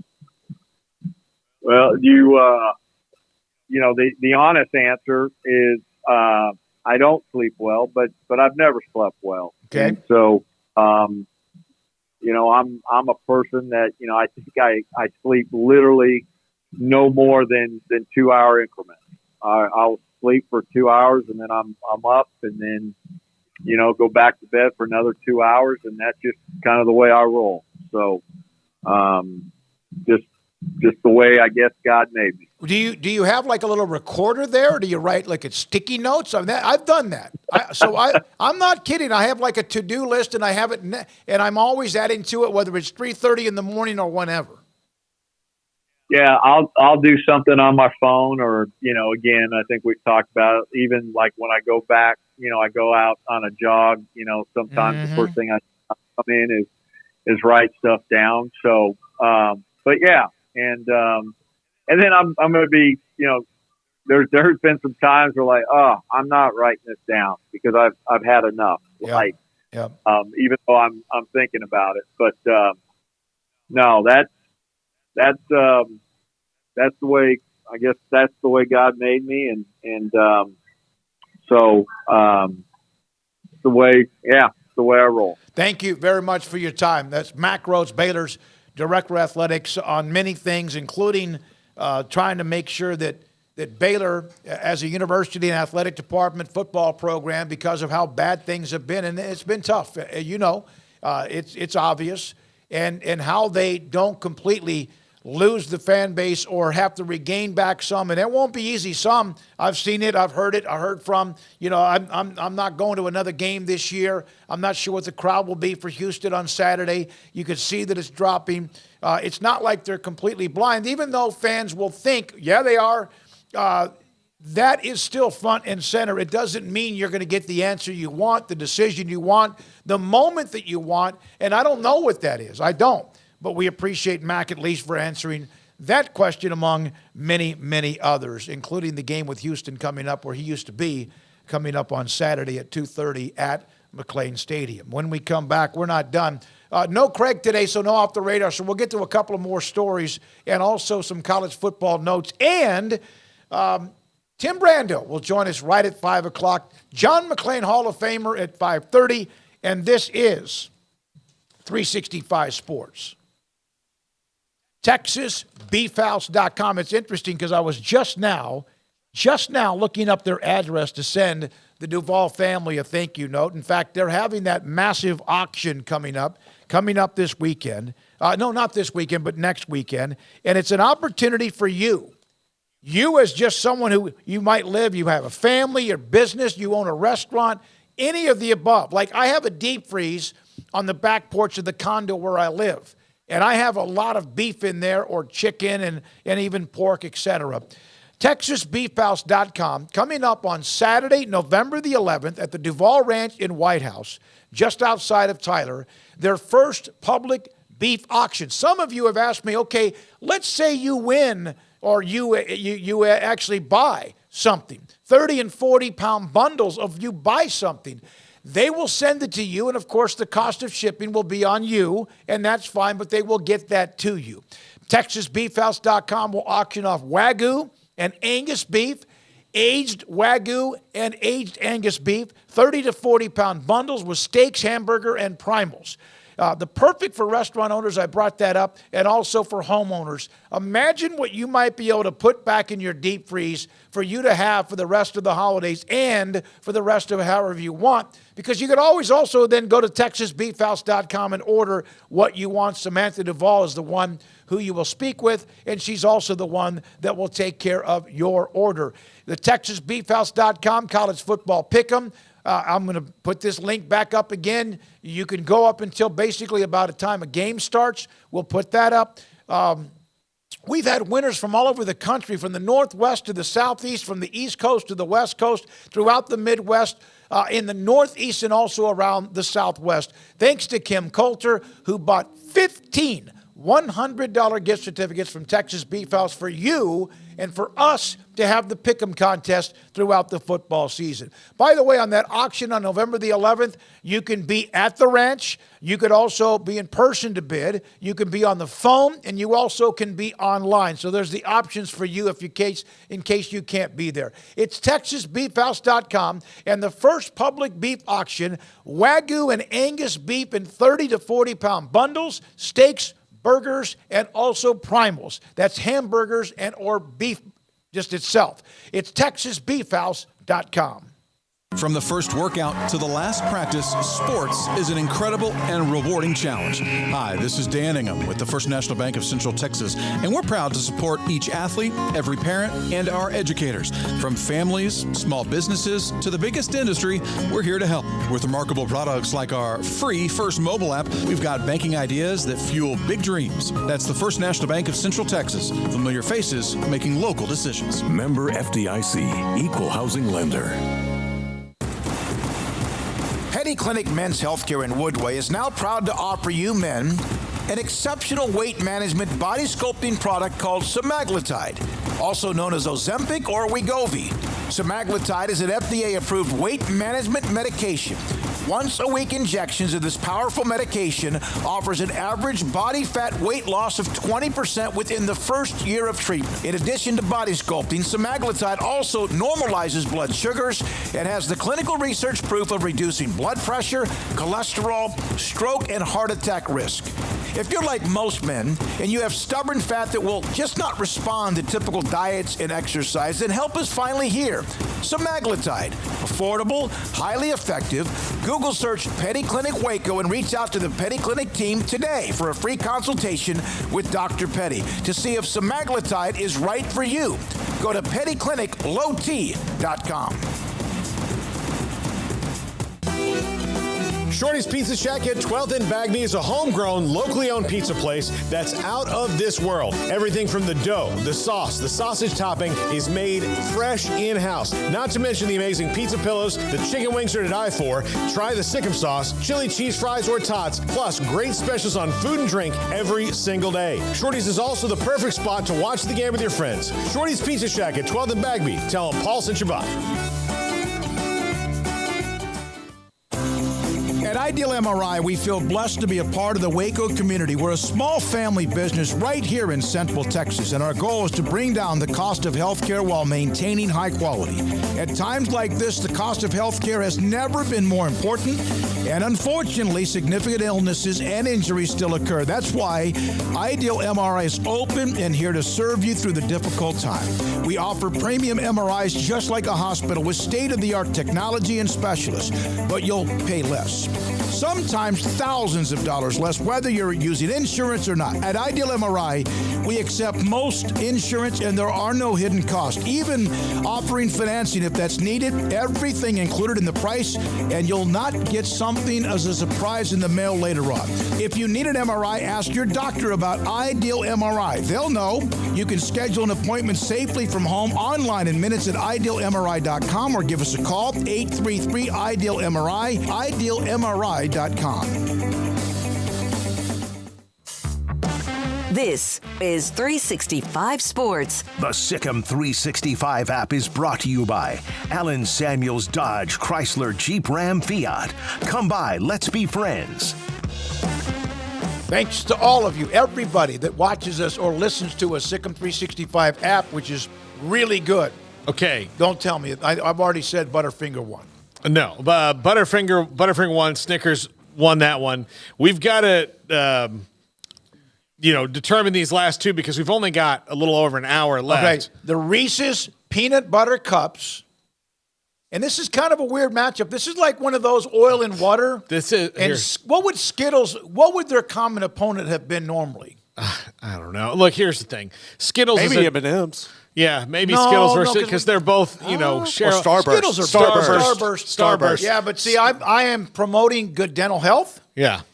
Starburst will crack a tooth. So, Skittles will just rot them. As I eat my Hershey bar that got knocked out in the first round. Skittles versus Reese's should not even be. This should be was the Georgia Tech versus Catawba College or whoever they beat 222-0. Cumberland. Okay, Cumberland.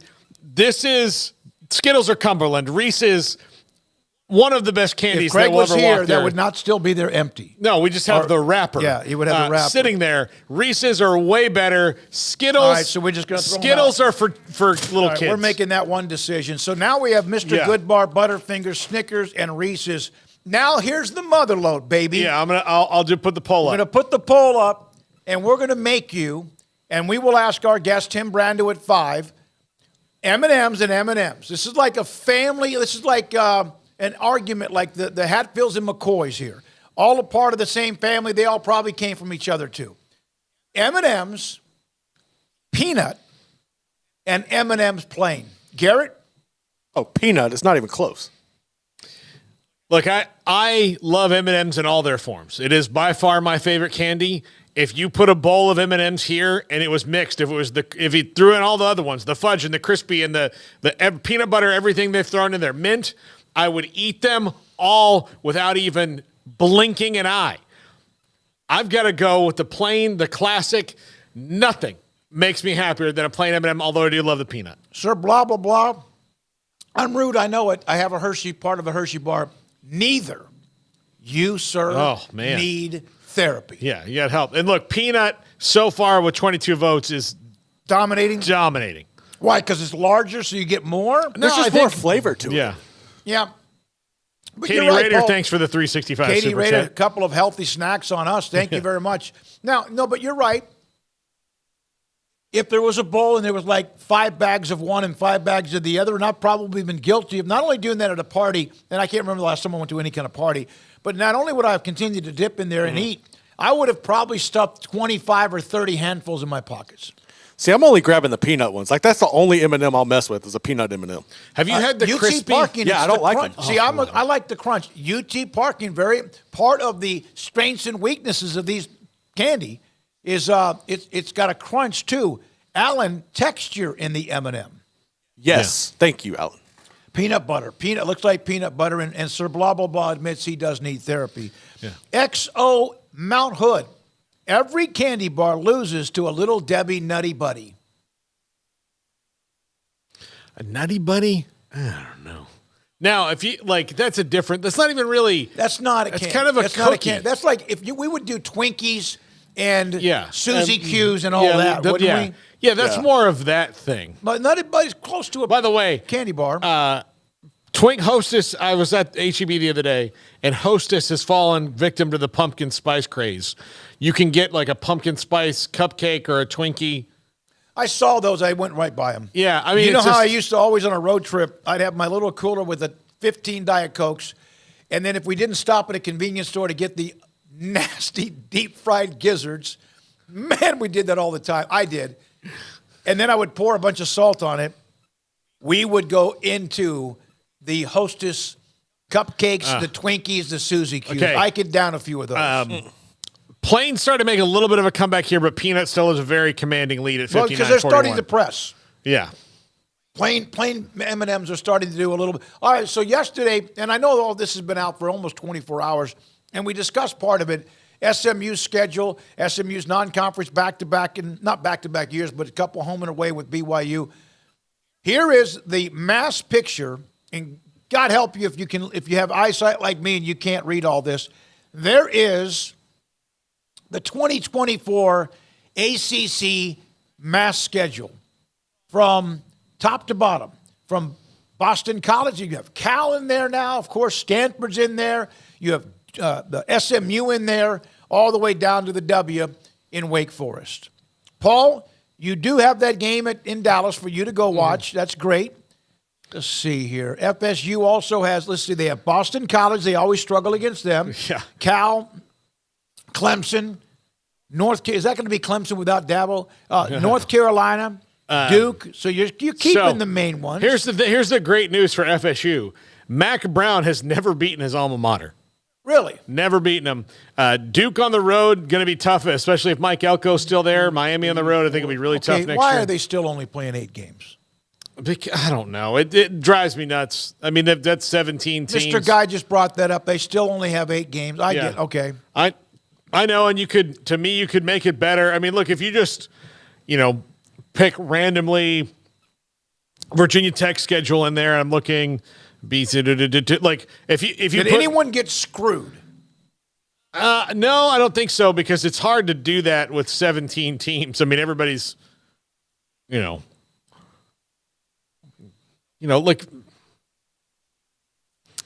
Well, you know what? I mean, if you look at the common opponents of the ones that are the rivalries, FSU's playing Clemson, North Carolina, and Miami, and that's going to always be that way. And I kind of appreciate them. And Florida State's never been afraid to play people in non-conference. So those common rivalries right there are going to always maybe notch it up because they're in the same division. They're not going to have divisions, right? Yeah. Are they going to do division? No, it's the top 2. This is the first year of the top 2 make the championship game, which until last week was still really kind of up for grabs. But now, if Florida State and Louisville each win this week, I think that's the ACC title game. Yeah. I might be wrong. I mean, Louisville might need to. If Florida State beats Pitt, I don't think that they have any way of being knocked out of it. Pat Narduzzi may not have anybody play for him this weekend. That's what he said. Thanks, Pat. Yeah. Yeah, FSU's like the Cowboys. They always get a break the week before they play somebody. Except in the playoffs. Your theory holds up until the playoffs. Yeah, no, the NFL sets them up. We understand that. Even when they lose, it's still they try to get it. Speaking of that, and it's a quick NFL note, and we'll have Tim Brando at 5. Washington, my favorite NFL team, Garrett, your favorite NFL team, unfortunately, and Craig's NFL team, just basically decided they're going to tank. Yes. They traded Montez Sweat to the Bears and Chase Young to San Francisco. The 49ers picked up the Bears' really good corner, and they picked up what earlier they had Randy Gregory. They didn't get him. They didn't get him. Okay. Yeah, no, they didn't get him. And Dallas picked up who? Dallas picked up no one. That might be a good thing. Okay, look. They're loaded, Paul. They just evaporated. That's the worst thing that could have happened to them, because then it reiterates that everything they're doing is right. And they keep building for this future that never comes. Like, we need to have a lot of draft picks. Yes, I agree with that most years. I watched them play. I saw a team that was basically not going to give up. They're not going to lose another game. Yeah, but then they turn around and do what they do. Here's what's frustrating. I agree that you need to build and have deep drafts most years. But when you are at go for it time, and they're at go for it time right now. Yeah, they are. Everything's wide open. Yeah. They're at go for it time, especially in the NFC. You've got to go for it. Do you know who's going for it? The Eagles. Do the Eagles need Kevin Byard, who's an all-pro safety? Do they really need him to be better? Not necessarily. Did they need to do that? No. But guess what? Now they're that much better, and they've got Kevin Byard. Did the 49ers, whose defense... They've lost 3 straight, Paul. Yes. But even still, at their peak, when their defense is healthy, chokes you out like you stole all their money. Do they need Chase Young? No. But they can go get him, so they did. They sure as hell didn't choke out whoever I watched him play the other day. Mm-hmm. No, I'm just... They're in a free fall. Debo Samuel's hurt. Brock Purdy is now playing like the last pick in the draft. Yeah, I don't know. I don't know. He threw a pick the other day. All right, so a couple of NFL notes. We got a little bit out of hand there. Yeah, I just think the Cowboys need to be more aggressive. Tim Brando, Fox Sports, next. Where am I at, Paul? I'm just completely messed up. Marcos. Oh, okay. Tim Brando, Fox Sports is next on 365 Sports. In fact, I got a new email today, a newsletter today from Marco's Pizza, so let me look at that if it pops up on my screen. Marco's Pizza, 5 locations in the Waco area, used to be none. fastest growing pizza brand in the country. 5 locations, including Woodway and Hewitt, Robinson, China Spring, and also Belmead. Marco's Pizza. Pizza lovers get it. And there was something about, they have the pepperoni Magnifico. Then they had the sausage Magnifico. Then you could combine the 2 Magnifico. And now there's the hot honey Magnifico at Marco's Pizza. Pizza lovers get it. It's the start of a brand new, of course, friendship with pizza in a different way. Marco's Pizza with the honey Magnifico. I got to look at this. $10, 99 cents for a large pizza. Let's see. Hot honey Magnifico. Oh, it's a sauce. Mike's hot honey infused chilies. They now have, if you want that, it says Marco's Meet Mike's. It's the start of a delicious friendship. Marco's Savory Classic Pepperoni and Old World Pepperoni meet the sweet heat of Mike's hot honey. Try a large for $10.99. Here are some tips on how you get started. The first thing you can do is call your local Marco's. If there's not one in your location, you can also order online if that works. You can go by and pick it up. They will deliver. Marco's Pizza, including Mike's. Again, Mike's Hot Honey Sauce. 5 locations in Waco, Marcos.com. How did Edward Jones become one of the biggest financial service companies in the world? By not acting that way. Financial strategies, one-on-one advice, it's a big difference. And that's why Brad Wilson, your Edward Jones financial advisor, makes sense of investing. Experience the difference for yourself. Brad Wilson, 250 Sharon Drive in Woodway, 254-776-4337. Edward Jones, member SIPC. Baylor Scott & White Southwest Sports Medicine and Orthopedics, the team physicians for Baylor Athletics, diagnosing and treating all sports-related injuries, including concussions. These specialists also provide orthopedic services for athletes and non-athletes alike, whether it's knee or shoulder pain, a wrist injury, orthopedic spine care, and even an arthritis and total joint clinic. Trust the doctors Baylor Athletics trust. Baylor Scott & White Southwest Sports Medicine and Orthopedics wants to get you back in the game. Baylor alumni are more than 160,000 strong. When we all join hands to support our university, we don't just move the needle, we move mountains. Working together, we create life-changing opportunities for students on the field, in the classroom, in the laboratory, and in life for generations to come. So get connected, get involved. Learn how at baylor.edu/alumni. Samantha Duvall, Marketing Director for TexasBeefHouse.com. You know all about their great Wagyu beef and product they have. You can go to TexasBeefHouse.com for anything you want to order. But, Samantha, thanks for your time. There's an auction coming up in the month of November. Can you tell us a little bit about that? Yeah, so November 11th, we're having our first public beef auction. It's going to be here at our ranch in White House, Texas. It's going to be a live auction. You can bid in person. You can bid on the phone, or we'll also have it online. And we're auctioning off Wagyu and Angus beef. We'll have 30 to 40-pound bundles. They'll be full of steaks, hamburger, and primals. This is perfect for not only the restaurant owners, but also homeowners. So if somebody wants to load up your deep freezer with some great product from a place that is just delivering all of the time, what Wagyu from their ranch to your plate, TexasBeefHouse.com. At Allen Samuels in Waco, we've got amazing deals that make you ask, why shop anywhere else? During Ram Power Days, get a new 2023 1500 Lone Star 4x4 Crew Cab, $11,000 off MSRP, or 2.9% for 72 months. Or choose a new 2023 1500 Laramie 4x4 Crew Cab, $12,500 off MSRP, or 2.9% for 72 months. That's right, we're making big deals, so hurry in today. Allen Samuels in Waco, the place to shop Ram trucks. This is 365 Sports, powered by Sikkim365.com. The 5 o'clock hour is sponsored by Edward Jones Investments, with financial advisor Brad Wilson. Investing his time and experience back to you and your money during today's changing times. Edward Jones, making sense of investing. Now here's David Smoak and Paul Catalina.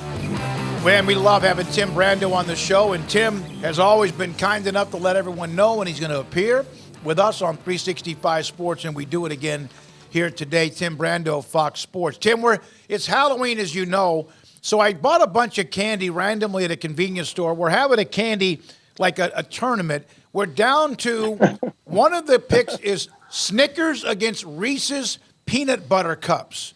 Which one of those two, if you even have or like either one of them, which one would you choose?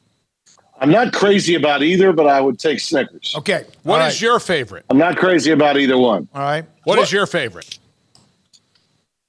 Oh, Oh, look at that. Oh, my God. And me too. And our audience, Tim. Number two. Uh-oh. Oh, yeah. That they played each other in the first round. How about two blue bloods going up against each other and Butterfinger? Hey, I want to start with a non-college football story. My favorite player in the history of life in baseball was Frank Howard, and I saw your post about Frank Howard. I lived in Virginia. My dad was at the Pentagon when they were the Senators, moved, of course, to Arlington, a gentle giant who was a phenomenal home run hitter, a hell of a player with the Dodgers. And I saw your post. I love that. Your remembrance or your memories and thoughts about Frank Howard, Hondo as they called him. Yeah, I was always upset that we didn't get to see him most of the time. If you lived where we lived in baseball in those days, you didn't get to see him until the All-Star game. Mm-hmm. It was almost as if he didn't play until the All-Star game. And I remember the bat, a little bit like, you remember Richie Allen, Dick Allen. He always had a really heavy bat. They always talked about how many ounces his bat was, and yet he swung it like it was a toothpick. Even more so, Frank Howard, his arms and his hands were so big, and I think he did not swing as heavy a bat as Allen did. It looked like a toothpick, in his hands. And I think probably the two most intimidating left-handed hitters from the generation I grew up in were Willie McCovey and Willie Stargell, in that order. I thought those two guys were just menacing at the plate. From a right-handed standpoint, though, Frank Howard, without a doubt, was the guy. I mean, he was a mountain of a man, and I just remember watching those World Series, and I would always get mad in the fourth inning when they would, almost always the starters would play 3 innings and that was it, and they'd bring other guys in. And I was like, I want to see Frank Howard bat 4 times, please. Just don't take him out. Because, and in those days when we were growing up, you didn't miss the All-Star game. No. I mean, it was required viewing for kids back in our generation. So I never saw him play in person. I saw McCovey and Stargell and a lot of the other guys of that generation play in person. And, of course, when I started calling baseball games, guys like, Ozzie Smith were still playing. And I got to know a lot of the greats during that period. Most of them became managers. When Dusty Baker decided to call it a career with the Astros after the ALCS, I bemoaned the fact that he was leaving because he was the last connection for me with the Braves. When I was 9 years old, I was a bat boy for the Shreveport Braves, the AA farm club in the Texas League was in Shreveport. And Dusty and Ralph Garr, Wayne Garrett, who was later traded to the Mets the very year they went to the series, and he platooned at third base with Eddie Charles when they beat the Orioles in '69. I was 13 years old. I got the bat boy for Dusty Baker when I was 12 years old. I mean, that's 11, 12 years old. That's pretty cool. That is cool. And he was that. And he was just I do remember just how what a gentleman he was. What a cool guy he was. And Old Spar Stadium, where the Braves played and later the Shreveport Captains played, was an old stadium that was run by the city. And it was a thrill for me to get to play in American Legion ball in that ballpark because I'd seen all these big leaguers play there. Rocky Calavito had come in when I was about 9 years old. Denny McClain actually pitched in Shreveport when the Brewers had the farm club, and he was trying to get back to the big leagues after he threw out his arm in Detroit. That happened in 71, 72. I was in high school, and I was playing Legion ball in that ballpark at that time. So a lot of great memories of minor league baseball and those guys that played in that generation. David, I was one of those guys that I took the Sporting News. I knew who was playing where. I could tell you the batting averages of guys playing in the American Association, Pacific Coast League, and I was also a player. So I was a sports nerd, and I also was an athlete. I played baseball, all the way through high school, and stopped in college because I knew I was going to be better talking about it than playing it. But growing up, you felt like if you were going to be a sportscaster for a career, you were going to have to do baseball because there was no ESPN back then. There were no national jobs. And the only sport that lasted long enough that you could have a full-blown sportscasting career was baseball. So I think that was all of our first loves back in our generation. Tim, I have a quick Willie McCovey story I think is pretty funny. I went the only time I've been to AT&T Park, it was actually on Willie McCovey's birthday on Willie McCovey night, and we had where our seats were, we had to take an escalator to get there, and it was very dark in the concourse. So my friends and I are riding up on the escalator, and there was a very large man standing in front of us, but it was dark and you couldn't see anybody anywhere. We get off the elevator, and then the entire concourse erupts in applause. And my buddy, who's about 6 beers deep behind me, goes, "What the hell's going on?" And then the sunshine hits his face, and I was like, "Oh crap! It's Willie McCovey." That's awesome. Yeah, everybody was awesome. People were grabbing "Oh, is he signing autographs?" I'm like, "I don't know. I was just behind him on the escalator. I'm not with him." It's a great time. I think probably most, because he was so large, so tall. And most baseball players, when they're out of uniform, sort of blend in with the crowd. They're not necessarily not like NFL players or NBA players. But McCovey would have been one of those guys.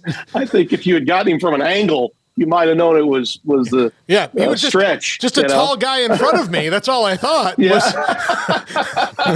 That's great. Yeah. That's a great story. So you heard Dabo and maybe his reaction to a caller, and then of course today there was a little bit more of a lighter mood, but he kind of doubled down. What are your thoughts about he reacted? You've hosted coaches shows. My goodness, some don't take calls, some do, some take emails. Mm-hmm. Your thoughts about his reaction last night? Well, given the fact that the caller was, it was one of those. Almost like a Twitter / X, if you want to call it that, moment for a phone call-in show. I would certainly talk to my screener if I was the Clemson athletic department. If they're running that show, I'd talk to my screener about how he got duped. But I didn't think that he said anything that was too out of order. He may have gone on a little too long. Yeah. And he may have defended himself too much, but I didn't have a problem with what he said. The gist of it being, and my takeaway from it being, the level of expectation does not match up with the level of appreciation. I agree with that wholeheartedly. It's a byproduct of today's culture, the rancor and anger that so many people in our country have about a lot of other things spills over into sports now. I see it every week on my Twitter feed. Yeah, you do. Some smart aleck SOB that wants to say something. Yesterday, somebody just trying to troll and said he came after me, and I said, well, I'm in the business and this is what I think. And he said, "Oh, you are? I didn't know that. I thought you were gone." That kind of thing. Mean-spirited stuff comes up all the time. And he reacted emotionally to it because he's on. He's energized. He's got his adrenaline flow going because it's his show. It's got his name on it. And so I can see how he would react the way that he did. It lasted maybe a little longer than it should have. I think sometimes what's missing today for a lot of these coaches is a buffer. They don't have a publicist expert that they trust near and dear to them the way in the old days they once did. Mm-hmm. There was an old SID at Clemson for many, many years, Bob Bradley, who used to handle Frank Howard and then later handled Danny Ford. And if Bob Bradley were alive, he would have counseled Dabo before he went on the air, and he would have said something along the lines of, "Hey, just say it once and move on to the next guy. Just say it one time and move on, because the longer this lasts, the more attention to him and to this you're paying, and that's not what your purpose is. That's not what you are trying to achieve. Unfortunately, today, college football coaches are surrounded by yes men and yes women that are there to just shake their heads and agree with whatever the coach says. There's no one next to the coaches any longer that's giving them some difficult truths, some things to make them maybe look in the mirror and see that perhaps that they are not doing themselves any favors either. If that were the case, I think he might have handled it a little more quickly and succinctly and moved on. That would be my one critique, that it lasted too long. And he gave this young troll too much energy and too many headlines the day after, which is the last thing that our country needs and the last thing that these clowns need. There was a time, David, when I would try too hard to get people on social media to be social. Mm-hmm. You know, they don't want to be social. It's really the name is not appropriate. It's not social media. It's a bitch fest. And all they want to do is make you look bad.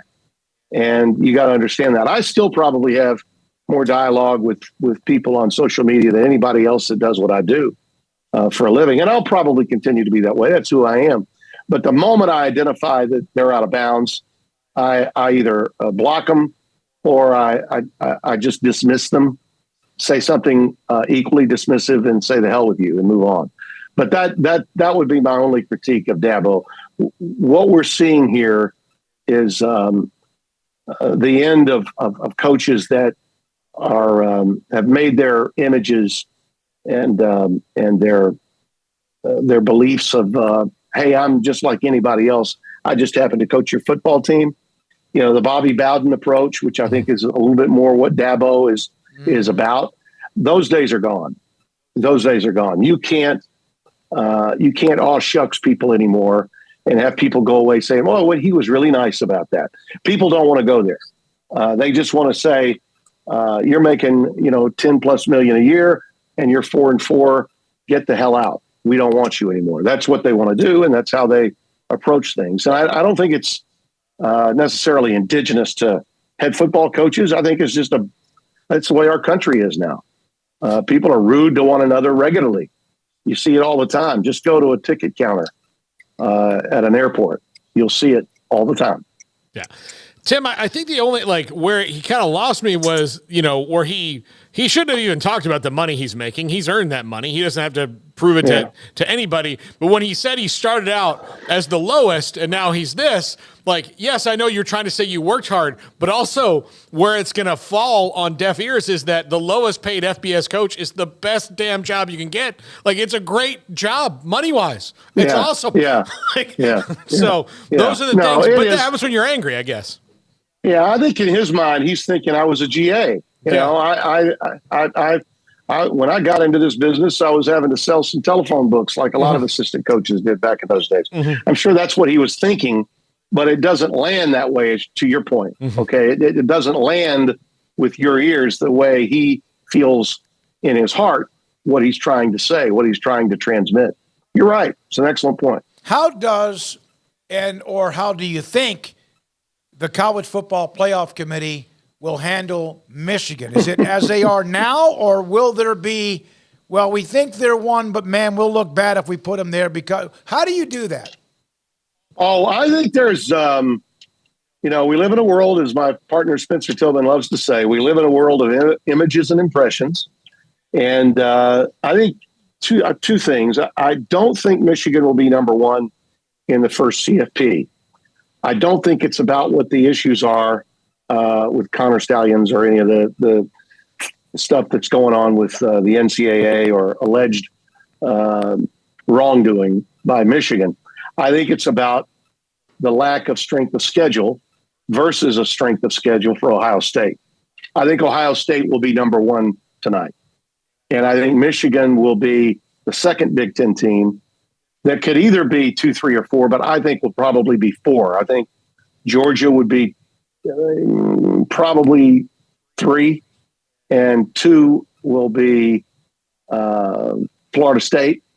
And I think the reason that Florida State will be 2 and Ohio State will be 1 is because of strength of schedule, which the committee loves to put out there as an image and impression that really matters to them. And they love to do it early in the process, because early in the process, they're not committing to those teams actually being in the CFP. Okay. The brands matter more when we get to the end. Okay. That's when you see teams go from 6th, like Ohio State, to 4th, or what was it, 7th to 4th, and TCU dropped from 3rd to 6th. In that first one back in 2014, you guys remember that well. Oh yeah, because Baylor tied for the Big 12 championship that season. But I do think that it makes not only sense because they can use strength of schedule, okay, as their reasoning, but at the same time, a lot of those committee members can be saying, no way in hell I'm putting them number 1 based on what allegedly has been going on. Okay. They hold ill will towards Michigan, and they're going to do whatever they can to rank them lower than maybe they deserve to be if given the opportunity. And this gives them a great opportunity because Michigan's not played anybody. But they've been killing everybody. See, that's why I've got them number 1. I base it on performance. Michigan's point spread, I think, is averaging 38 points, the differential between their opponents, by far and away the most dominant team of the ones that are undefeated right now. So I've got Michigan 1. I've got Georgia 2, Florida State, and Ohio State in that order. And I just think the committee will probably flip-flop Ohio State and Michigan tonight. That's what I foresee in tonight's CFP first standings. Yeah, and Tim, this is all in all, this is just a television show because everything they say doesn't mean anything because there's a lot more evidence that has to happen. Right. And really all they need, and this is, if I was on the committee, this is what I would want. I need a reason to take you out, not to put you in most of the time, because putting you in is usually pretty easy for 2 or 3 teams. And then I need reasons to out. We learned it here in Waco the first year of the CFP when the Big 12 just handed them the reason that they needed was, we don't have a championship game and we won't tell you who we think won. And they're like, well, thanks. Yeah. That's great. Now we have a reason. Yeah, they gave them an out, no doubt about it. And we saw it from great distance, that they were going to do that. And it was a shame that it happened that way. But I don't know that even if they hadn't done that, I still believe after what Ohio State did to Wisconsin in the Big Ten title game, they would have jumped them anyway because brands are what matters to them. And as long as we only have 4 teams, that's going to be the case. Next year, now that'll be fun. Tonight will serve as a reminder of how this sucks. Okay. And how it blows to have only 4 teams getting in when you've got this many really good teams out there that have the ability to knock out other teams. By example, 5 and 6, I believe in order will be Washington and Oregon. And right now on a neutral field, I'd pick either one of those teams to beat Florida State or Ohio State. Right now, I would. Okay. And I saw Washington almost spit the bit last week against Stanford of all people.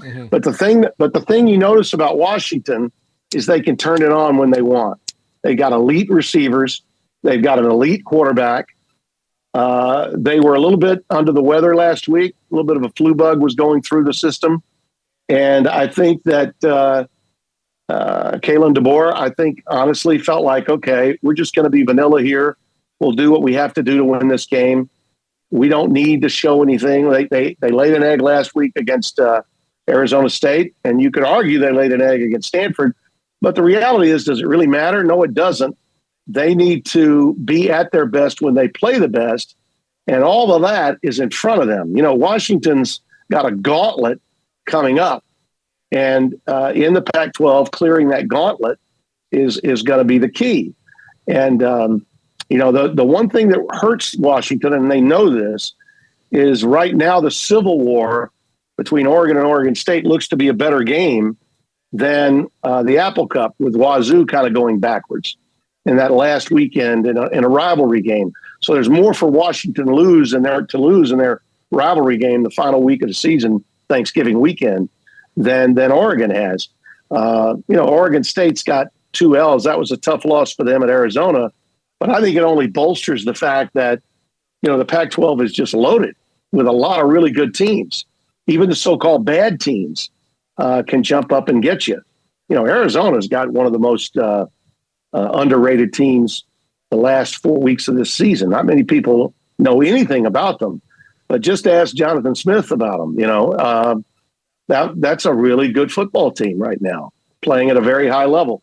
And guys, when you see the way these teams are playing, the Big 12 should be salivating at what's in store for them when they come into the league, because I'm here to tell you, other than Oklahoma State, right now, what Mike Gundy has done since that loss against South Alabama, I mean, who can really be, walking with a little pep in their step right now in the Big 12 besides OU and Texas, more so Texas now than OU, but who besides Oklahoma State?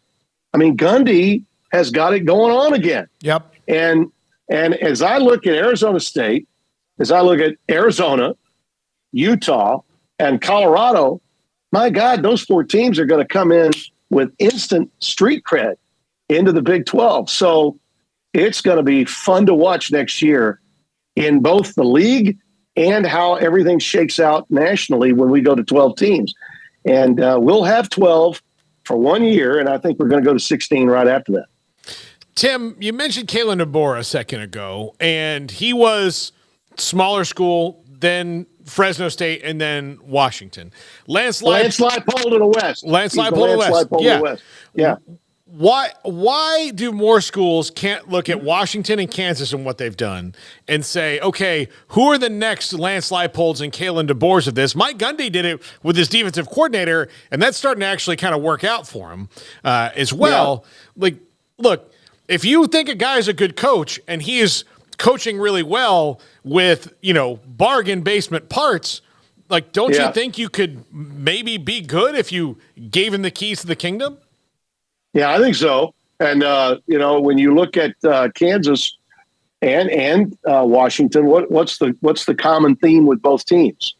A staff that for the most part has been together with the coach, all the time. Okay. From Sioux Falls, at the NAIA level up through Fresno and now to Washington for DeBoer, and from, Wisconsin Whitewater to Buffalo to shuffling off to Lawrence with Borland and on the defensive side and Andy Kotelnicki, who I think is one of the best offensive coordinators in the country, bar none. And these guys are they're part of the package. You hire some of these other coaches. What's the first and foremost thing they got to do? They got to assemble a staff. Even Brian Kelly, by example, gets the job at LSU from Notre Dame, but he can't convince Tommy Rees to come with him. Okay, Tommy Rees stays at Notre Dame, but he leaves to go to the evil empire in Tuscaloosa to work for Saban, who's going to match up against Brian Kelly this weekend. Most head coaches, especially the ones that are bringing in excess of $7.5 million annually, these guys are they still have to assemble staffs.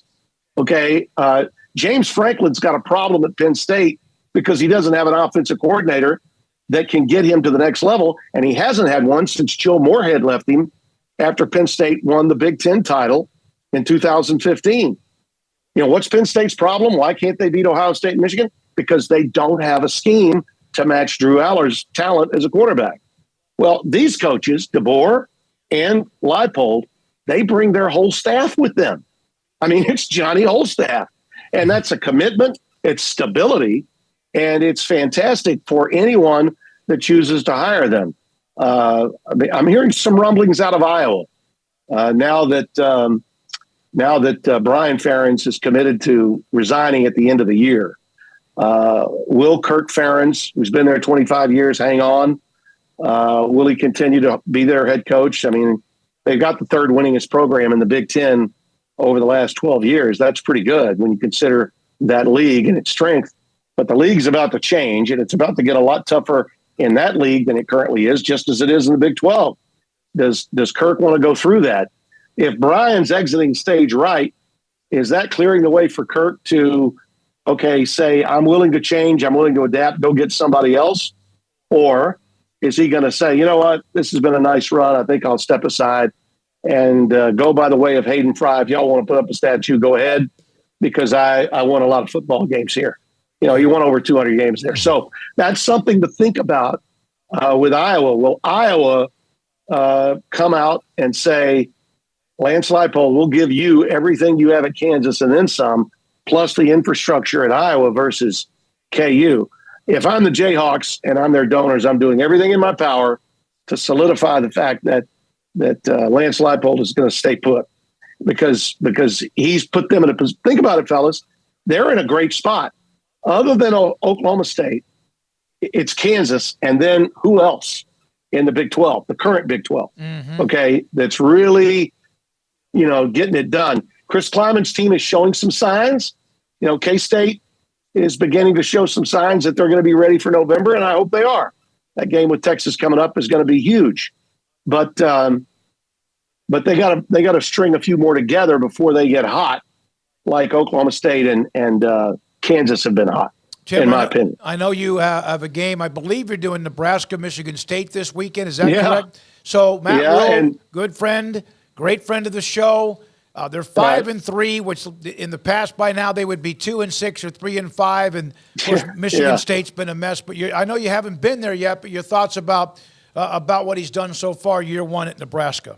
Well, not surprised at all. I think after the first 3 weeks, people sort of forgot about him.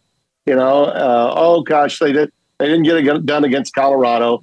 They lost the way they've always typically lost when they had the nation to itself, playing that game with Minnesota, to start the season. And then you stop paying attention to them, and all of a sudden they've strung 5 wins in the last 6 games. And I gave a shout out via text to my buddy Larry, the cable guy, and he's fired up. He'd make the trip, but he's going to be in Canada performing at a casino there. He's trying to find a satellite that will have FS1 coming in on Saturday so you can see the game. But they're pumped, and they're going to have a great crowd. Look for this at East Lansing. They may have more Nebraska fans on hand than Spartans fans at Spartan Stadium. I mean, think about that. There'll be a sea of red in the land of green. And that's the other thing. What's Michigan State going to do? Now we've got a storyline developing about urban renewal again in college football. I don't know if you guys have seen that.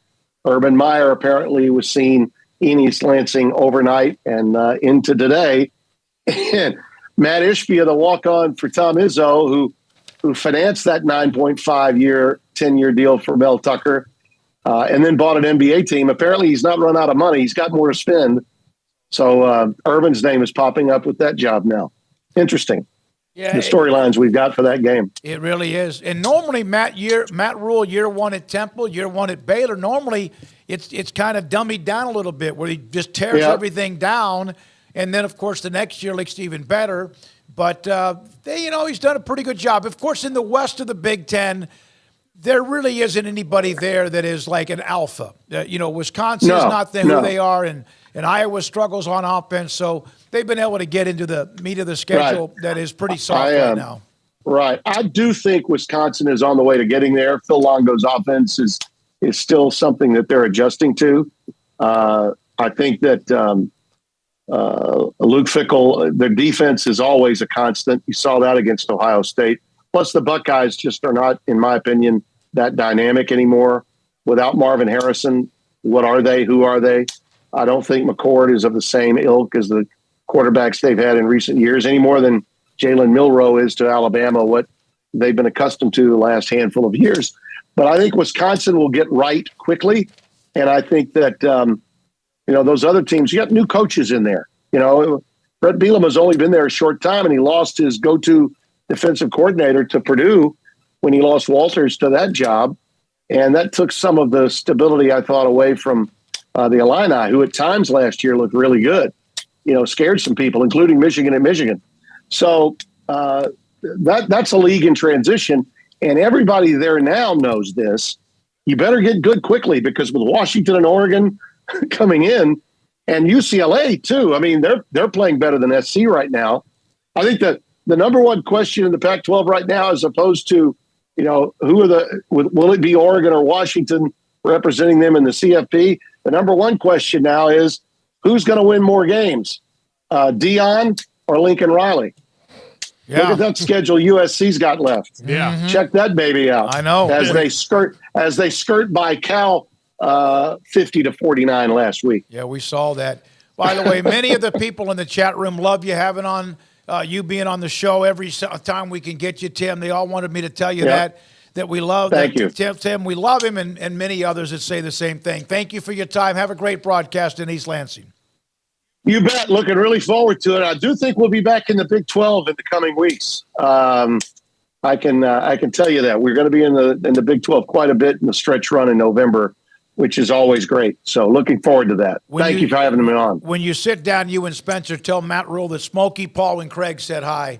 And thank you very much for your time. Appreciate it. All right. You got it. Tim Brando, Fox Sports. Love the segment. I know you do too. As the audience, we appreciate your feedback. When we come back, Hall of Famer John McClain. The controversy, the NFL trying to get up in the University of Houston's business on the Love You Blue throwback. Is that what they call it? And many things, Major League Baseball and NFL. This is 365 Sports. Don Humidor and Coffee Beans. They have now a super limited JFR Lunatic, the size that shall not be named. That's the name of the cigar.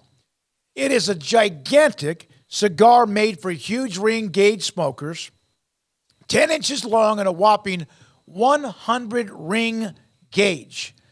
And all that is just, it's kind of like I always talk about. I was like, what kind of cigar did Tony Soprano smoke in that great series? What was that with Gandolfino? I don't know, but that might have been it. Also, Jack Nicklaus framed autograph picture with a certificate of authenticity. There's also a Nolan Ryan and Albert Pujols framed autograph pictures. There also are cigars throughout the 48-foot walk-in humidor from Ashton to Macanudo to my favorite, there's also Arturo Fuente, but my favorite, Rocky Patel. And I'm telling you, if you buy cigars, you need to buy Rocky Patel. If you only knew what kind of a great man and caring person that Rocky Patel is, you would know, and I do, and so does our family. It's Don Humidor and Coffee Beans in the Townwest Shopping Center. Tell Ashley, Cheyenne, and Carol that Smokey sent you right off of Valley Mills and Richland Drive in Waco. Pizza, burgers, and Bears football. There's no place around Waco that serves them all other than Bubba's 33. Come show your green and gold and enjoy some of Waco's best food and beverages while watching your favorite team, the Bears. When real Bears fans get hungry, Bubba's 33 is the #1 spot for ice-cold drinks, hand-stretched, stone-baked pizzas, and bacon-infused burgers. Join us for indoor or patio dining. Bubba's 33, Waco's restaurant and proud supporter of Baylor Bears football. Sick 'em, Bears. TFNB Your Bank for Life is the official local bank of Baylor Athletics. Find out why more Central Texas are making TFNB their bank for life. Sign up for our Edge checking and savings accounts to earn interest or cash back. With 5 convenient locations and an award-winning mobile app, banking has never been easier. TFNB Your Bank for Life. Member FDIC. In our logo and advertising, we say we are people that you can count on. What does that mean? It starts with providing a quality vehicle and quality service at a fair price. But it also means we do what we say we will do, and we treat people fairly with respect. It starts by hiring great people, good local folks who work hard with a caring attitude. Our employees are the real reason we are people that you can count on. Put us to the test and see for yourself that at Richard Carr Motors, we are people you can count on. Waco Custom Marketplace, 425 Lake Air Drive in Waco, is your holiday item superstore. Half spiral hams, 8 to 10 pounds for $4.45 a pound. Pit hams, 12 pounds for $4.45 a pound. Bone-in hams, 18 to 22 pounds for $3.40 per pound. Whole raw turkeys from 12 to 16 pounds for $2.50 a pound. Whole smoked turkeys, that's smoked turkeys at 9 to 12 pounds for $3.75 a pound. And mini pit hams, 6 to 8 pounds for $5 $2.99 a pound. All items will be in stock starting on November the 8th. And don't forget, they have full-service butcher shop where you can find what you want: pork, poultry, seafood, and beef. And I bring up the beef because big beef tenderloin or a prime rib. Brian Bauer and the Bauer family. Full-service bakery with fresh-baked kolaches every morning and bread. And cold beer and wine. Tailgate needs from pellet fuel to charcoal. Waco Custom Marketplace and the holiday items are in stock starting November the 8th at 425 Lake Air Drive in Waco. Welcome back to 365 Sports. It's time for our weekly segment with NFL Hall of Fame columnist John McClain. Brought to you by Pioneer Steel and Pipe, where customer service is their main focus, and best in metal, steel, and pipe for large or small projects, with 2 locations in Waco and Bryan. Family owned and operated since 1943. Read John's work at sportsradio610.com. Hall of Famer John McClain with us. 365 Sports. John, as you know, it's Halloween. We have had a candy tournament bracket. A bunch of candy was put on our set. I just randomly went by a convenience store and bought 50 pieces of candy. We're down to M&M peanut M&Ms, and Reese's, what do they call it? Peanut butter cups. That's the final. Which of those 2 would you pick? First of all, I like both of them, even though I'm trying to stay away from them. But, boy, to me, you can't beat the Reese's. When I was growing up in Waco, my favorite was Payday and a peanut patty. But as I've gotten older, I think, even though I love M&M's peanuts, M&M's plain, you can't beat that Reese's Pieces. Oh, yeah. Reese's Pieces. Okay, yeah, all right. So what is this NFL against the University of Houston copyright merchandise infringement? What's going on there? NFL properties, they are always worried about people infringing, making money that the league can't make. And I remember one year, there was a former Oilers safety, Bo Eason, who's an actor and a screenwriter, and he was putting on a one-man play called Run of the Litter. And in his one-man play, it took place in a locker room, and that locker was Columbia Blue since he played for the Oilers. Hold on a second. I got a cough. Bear with me. Okay. John McClain, Hall of Fame columnist with us. 365 Sports, Sikkim 365 Radio. And so I found an Oilers jacket as a heavy coat like you would wear in the winter in Cleveland, and a pair of Columbia Blue cowboy boots. And I bought them at a Round Top flea market for like $50. And I asked Bo, would you like to put that in the background in your play? And he said, yeah. So the Oilers, before they could let him do it, had to call the NFL for clearance. The NFL wouldn't clear it. And I told him, well, why don't you do it anyway? Just don't put any pictures out. So he did it. And I don't know if they ever shut it down or not. I don't think they did.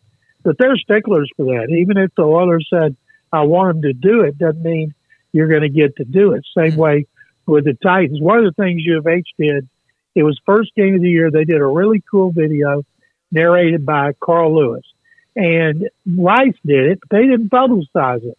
Well, Rice hadn't gotten any negativity from the NFL, but Houston has. I think what they should have asked them, and they contacted them like months ago, and the NFL said no, and they did it anyway. And so they sent a letter, cease and desist, do not sell anything and make any money off of our uniforms, even though they're throwback uniforms. So they should have said, can we do it one time to celebrate Houston's heritage of football?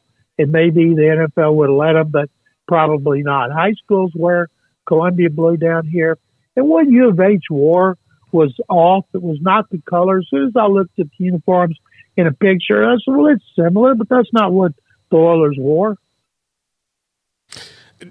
Look, I'll tell you, I'm sure there's a bunch of fans in Houston that saw Derrick Henry and DeAndre Hopkins wearing those uniforms that are, now Texan fans, but were Oilers fans and maybe wept a little bit because that looked smooth. And they won, too. They did. They hated it. They don't like the idea. Media doesn't like the idea. I don't know why, because I understand the Oilers were here, but the Oilers went to Tennessee.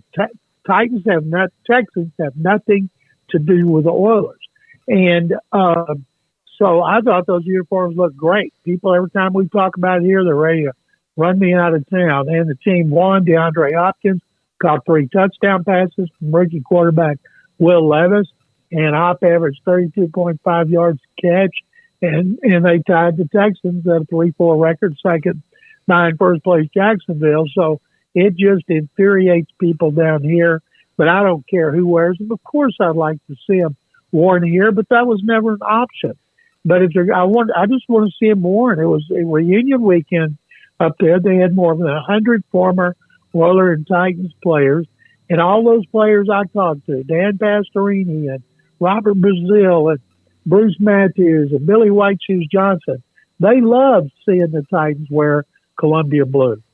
All right, John, I've got a bone to pick with you. When you were on with us last week, we asked you about the World Series, the Rangers and the Diamondbacks, and you, maybe because being soft-hearted for what we are as Ranger fans, you mentioned the Rangers because they knocked out the Astros, and the next day on Houston radio, you were bullied, and you just crumbled like a cheap bag of potato chips and said you wanted the Diamondbacks. I need answers. When I was on the radio, nobody knew that I said I wanted the Rangers to win. But as Seth Payne, who I'm on the morning show with, pointed out, and I'd forgotten about this, Brent Strom, the greatest pitching coach in Astros history, retired after the 2021 season and then went to D-backs, was looking for his second World Series ring. Well, I love Brent Strom, and I said, okay, I'm going with the D-backs because I want Brent Strom to win his second World Series. Well, that's the backstory. Well, that's good enough because you're a great human being. So I was not bullied. I was not bullied into it. All right. Well, I wouldn't think. Look, Seth Payne's a big guy, so we get it. Yeah, but you own Houston. You're the grandfather. You are the grand poobah. You are the what do they call it? What do they call now? When somebody. I don't know, but I can tell you this: nobody down here wants the Rangers to win after the way the Rangers beat up on the Astros and Adolis Garcia humiliated their pitching, and I hate to see Garcia out tonight. It looks like Corey Seager will be the MVP if they win, as he should be, as Garcia was the MVP of the ALCS last year. Jeremy Pena was MVP of both. He had to squat this year at the plate, but Seager is, boy, every time he comes up, you expect a home run. How the Dodgers let him get away along with Trey Turner, it just blows me away. Yeah. Me too, John. I mean, well, their loss is everybody else's gain, for sure. Now, the trade deadline was today. The biggest move, I guess, would be Chase Young going to the 49ers. I know that he's an impending free agent. Part of me feels like they'll figure out a way to get that done because they seem to be able to do those things. The Cowboys don't make a move. The Eagles traded for a couple of different guys. Kevin Byard, the biggest among them. Who made themselves better after today? Well, I would think the 49ers, they've lost 3 in a row. They invest heavily in their defensive line. They don't even have a first or second round pick in their back 7. It all starts up front. They also have as a fifth wheel, Javon Kinlaw, who's the 14th overall pick about 3 or 4 years ago. So I don't know how they can re-sign Young if indeed they want to. There's a story out now, obviously leaked by the Commanders, that Young was undisciplined and he didn't follow the game plan, would blow his assignments trying to make the splash play and get a new contract. But his career is probably going to be rejuvenated. What I was surprised about, and I was just talking to my wife about this because she's a big Washington fan, is you get rid of 2 pass rushers because you don't want to pay them. And that's not a good sign for a new ownership group. And yes, they have 5 picks in the first 3 rounds. Doesn't mean they're going to know what to do with them. They're going to have a new head coach. Everybody knows that, so they might as well go ahead and keep losing so they get a higher pick. But they didn't want to pay both of them, which is kind of surprising. I could see let one go, but not both. John, thank you, sir. We appreciate your time. Thank you, guys. That's John McClain, Hall of Fame columnist, Baylor grad from Waco, Texas originally. and got into the business writing for the Waco Trib, and now has been with the Houston Chronicle, retired, now a part of Houston 610, and is a motherlode of great storytelling. So Corey Seager, Trevor Story, and Trey Turner have all been free agents over the last couple of years. And the Red Sox signed Trevor Story, who's played like 12 games for them. That's right. That's because of why, when you have Mookie Betts, do you allow him And to now, walk out the door? Mookie Betts is playing all those positions too. Yeah, I know. Just to throw the Red Sox you can't find a second base or shortstop. I can play them all at once like Bugs Bunny. Well, Max Muncy, by the way, this weekend, I think Friday night, will be inducted into the Baylor Athletics Hall of Fame. He's a free agent himself. Hell of a player for the Dodgers. Average down, but still very, very good at what he does. Won a ring when the Dodgers won one just, a couple of years ago. When we come back, Paul Catalina and his top 5. Unite Private Networks Internet. Why should you do this? It's pretty easy. If you're running a business and you lose internet, that is lost revenue. We certainly learned that lesson the hard way with our previous internet provider. Now, at first, we didn't think there was anything we could do about it because we're in a building and sometimes buildings are contracted to certain people and you can't bring anybody else in. And then a wonderful, beautiful angel named Ace Wiggly came in here and said, oh, no, you can totally do something about it. How about you join Unite Private Networks and let's get something worked out? And what we got worked out is we have business-grade internet now, so we're not sharing with everybody else. And we were told we had business-grade internet, but we really didn't. We were kind of sharing with the whole, not only this building here, but the entire neighborhood around us, which is growing ridiculously all over the place. And we would lose internet sometimes at the same exact time every single day. Well, we don't have that anymore. We have protected fiber service, speeds up to 10 gigabytes per second. Yeah, that too. Yeah, we have all that. It is fantastic. And UPS battery backed up internet service. It is fantastic. If you are running a business and you need guaranteed high speed, no mess internet, you need to go to Unite Private Networks. Go to uniteprivatenetworks.com, find out if they're in your area, or if you're here in Waco, call that wonderful angel named Ace Wiggly, 254-803-7070. Established in 2007 and independently owned, Alliance Bank Central Texas is committed to helping families and businesses meet their financial goals. From their tellers to their board of directors, they know the importance of superior service and competitive products. Customers have confidence knowing that their financial needs are in good hands. It's your bank, Alliance Bank Central Texas, with 2 Waco locations, 4721 Bosque Boulevard and 191 Archway Drive on Highway 84, and at alliancebanktexas.com. Member FDIC, an equal housing lender. In Texas, there's pea-size hail and baseball-size hail. Guess which one hit our house? We didn't even know where to begin, but we called our Texas Farm Bureau insurance agent, and he was so reassuring. He knew exactly what to do to get our house back into shape and our lives back to normal. Now, we're even more thankful for the roof over our heads. Stop by and see our agents at one of our 3 McClain County locations. Coverage and discounts are subject to qualifications and policy terms and may vary by situation.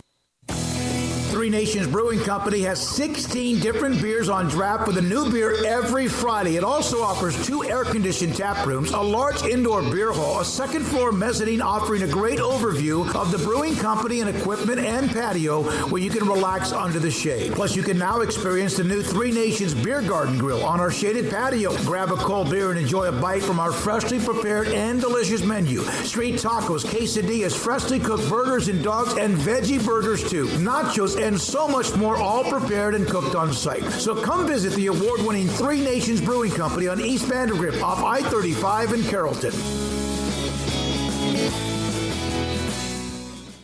I hate my job, but I don't mind getting up in the morning. I dread each day, but I can't wait to get out of bed. You ask me why, and what I'll say to you is true. Well, you can get breakfast tacos at Rudy's Barbecue. Scrambled eggs and brisket, they ain't fooling around. Salsa drap, son, they're the best in town. Barbecue for breakfast, yes, it's true. Put a smile on your morning at Rudy's Barbecue. Next in line. It's time for Paul Catalina's Top 5. Brought to you by Texas Beef House. Where's the best beef in Texas? Your house when you order from Texas Beef House. Unleash the flavor of Texas raised Wagyu. From our pasture to your plate, TexasBeefHouse.com. Top 5 reasons Dabo Swinney was in the wrong. Now, I'll preface this by saying you have to defend yourself when a caller takes a shot at you. But going for 5 minutes, like Brando just said an hour ago, that's where you lose it, where you start kind of then pontificating and then you lose it. So, number 5, you get paid to be the bigger man, Dabo. No, you're right. That's true. You get paid to be the bigger man. So when a caller, one thing you have to, like when he calls up and says, you make $11.5 million, we paying you too much, all of that, remember that you make $11.5 million and you've won at life. And you don't know, caller on the other end, who this is.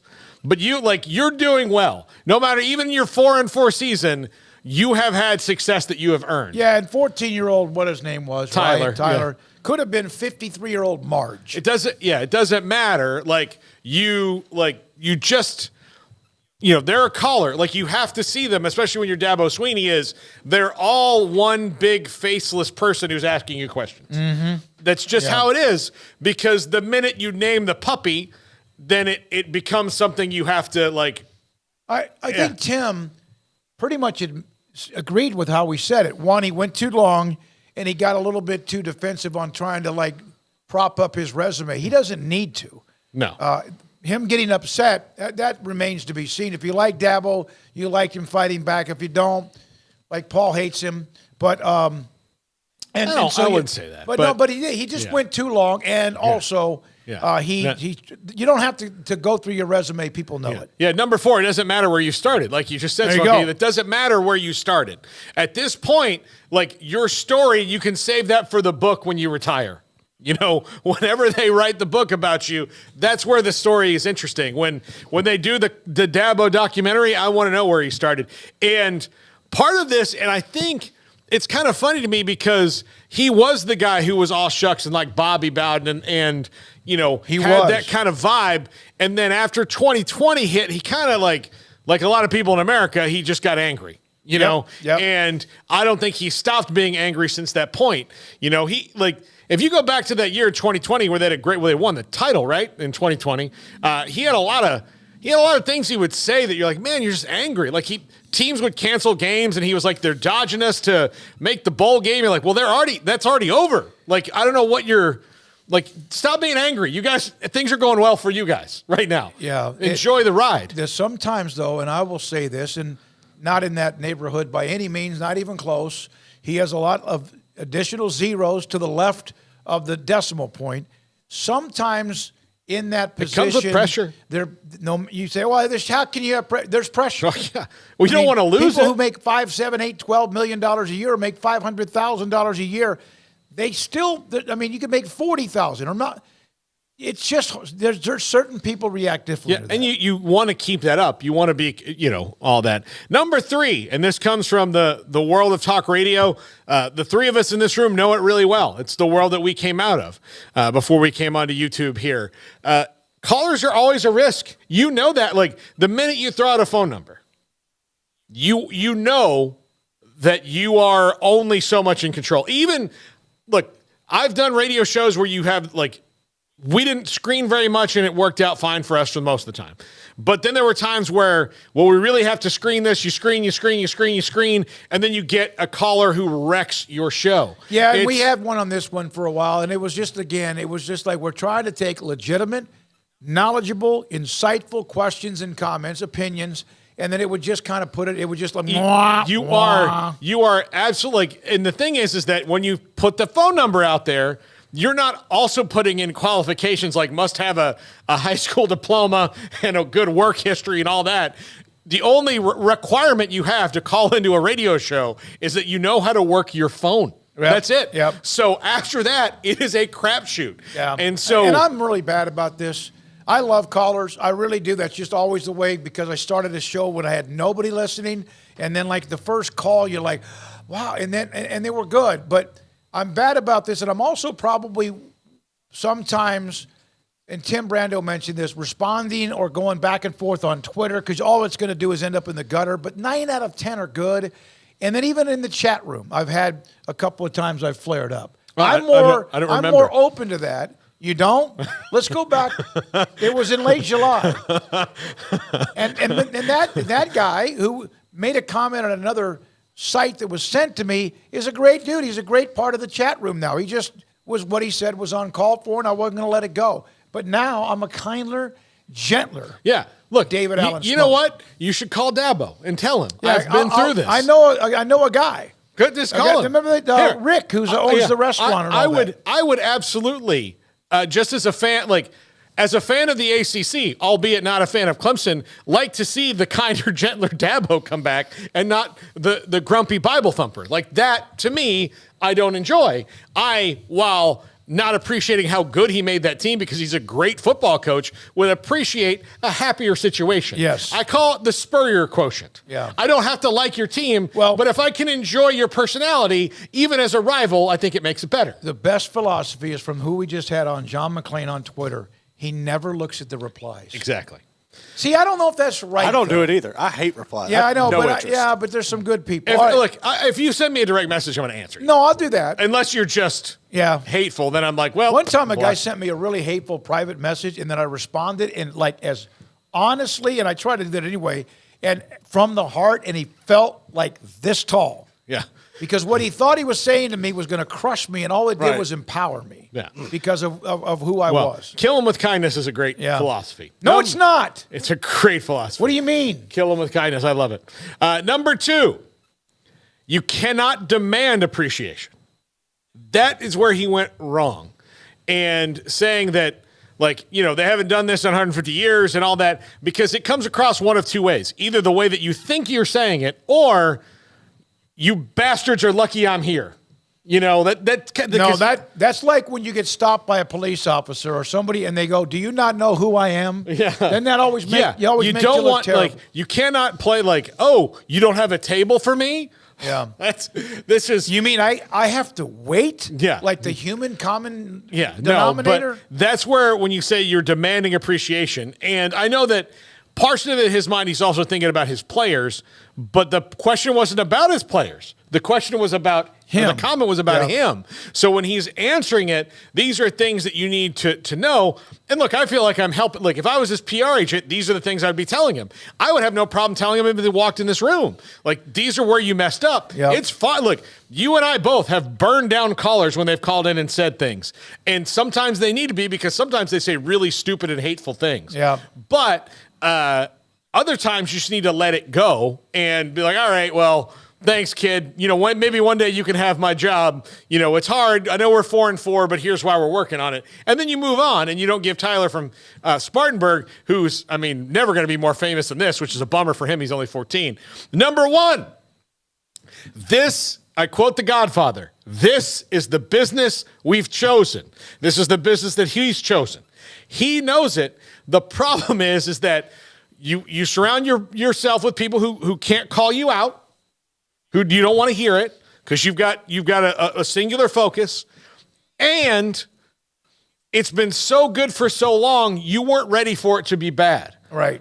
But some of the most successful people I know in any walk of life they're not paranoid about it being bad, but they're prepared for the bad times because they know that every day is not sunshine and rainbows, but when you are in a dark cloud, you know that there are still sunshine and rainbows. One doesn't exist without the other. The reason you know that sunshine and rainbows are pretty is because you've had to sit through some dark clouds. Yeah. That's where I think that Dabo really messed up here is that, look, there were always going to be down years. Maybe you don't have as many in a row, but that's how sports works. Could it not be Dabo in some roundabout way, knowing he probably did some things they should have been more aware of the current state of college football, and he may realize he's wrong, and so he's angry about that. I think he's angry about the way everything's working right now. And anger is it's a poison, man. You can't, it's supposed to be something that lasts if for a anger second. was a poison, I'd been dead 15 years But ago. it is. It poisons you if you have it too long. It's supposed to be something you feel in a moment and are able to let go of. And the longer you hold on to things, the more it eats you up. All right, thank you, Paul, for the top 5. Craig's back with us tomorrow. I just saw on Twitter a video from Toledo. Toledo tonight is hosting Buffalo, and it's the Glass Bowl. Is where they play the game. It is absolutely a blizzard. ESPN2, go turn it to that. I will love to see that. I love it when it starts to snow in a college football or NFL game. You might have to do that with Andrew Heaney pitching tonight for the Rangers. Well, just to give you a second. All right, Garrett, thank you very much. Owen, Jack McKenzie, Levi, and Emery. Don't forget tonight at 10:30. We'll have Sports Tonight, 365 Sports Tonight on the local CW with Mac Rhodes, Tim Brando, with Eric Morris of North Texas, and also, who did I forget? John McClain? Damn it. I just wrote that down. I want to make sure I get the name right. Roger Wallace on Texas and Kansas State. Only known him for 40 I'm years. David Smoak. Thanks to our great sponsors. Halloween. Go to Paul's address. It's on Lemonade Drive or something. Good night. Yes.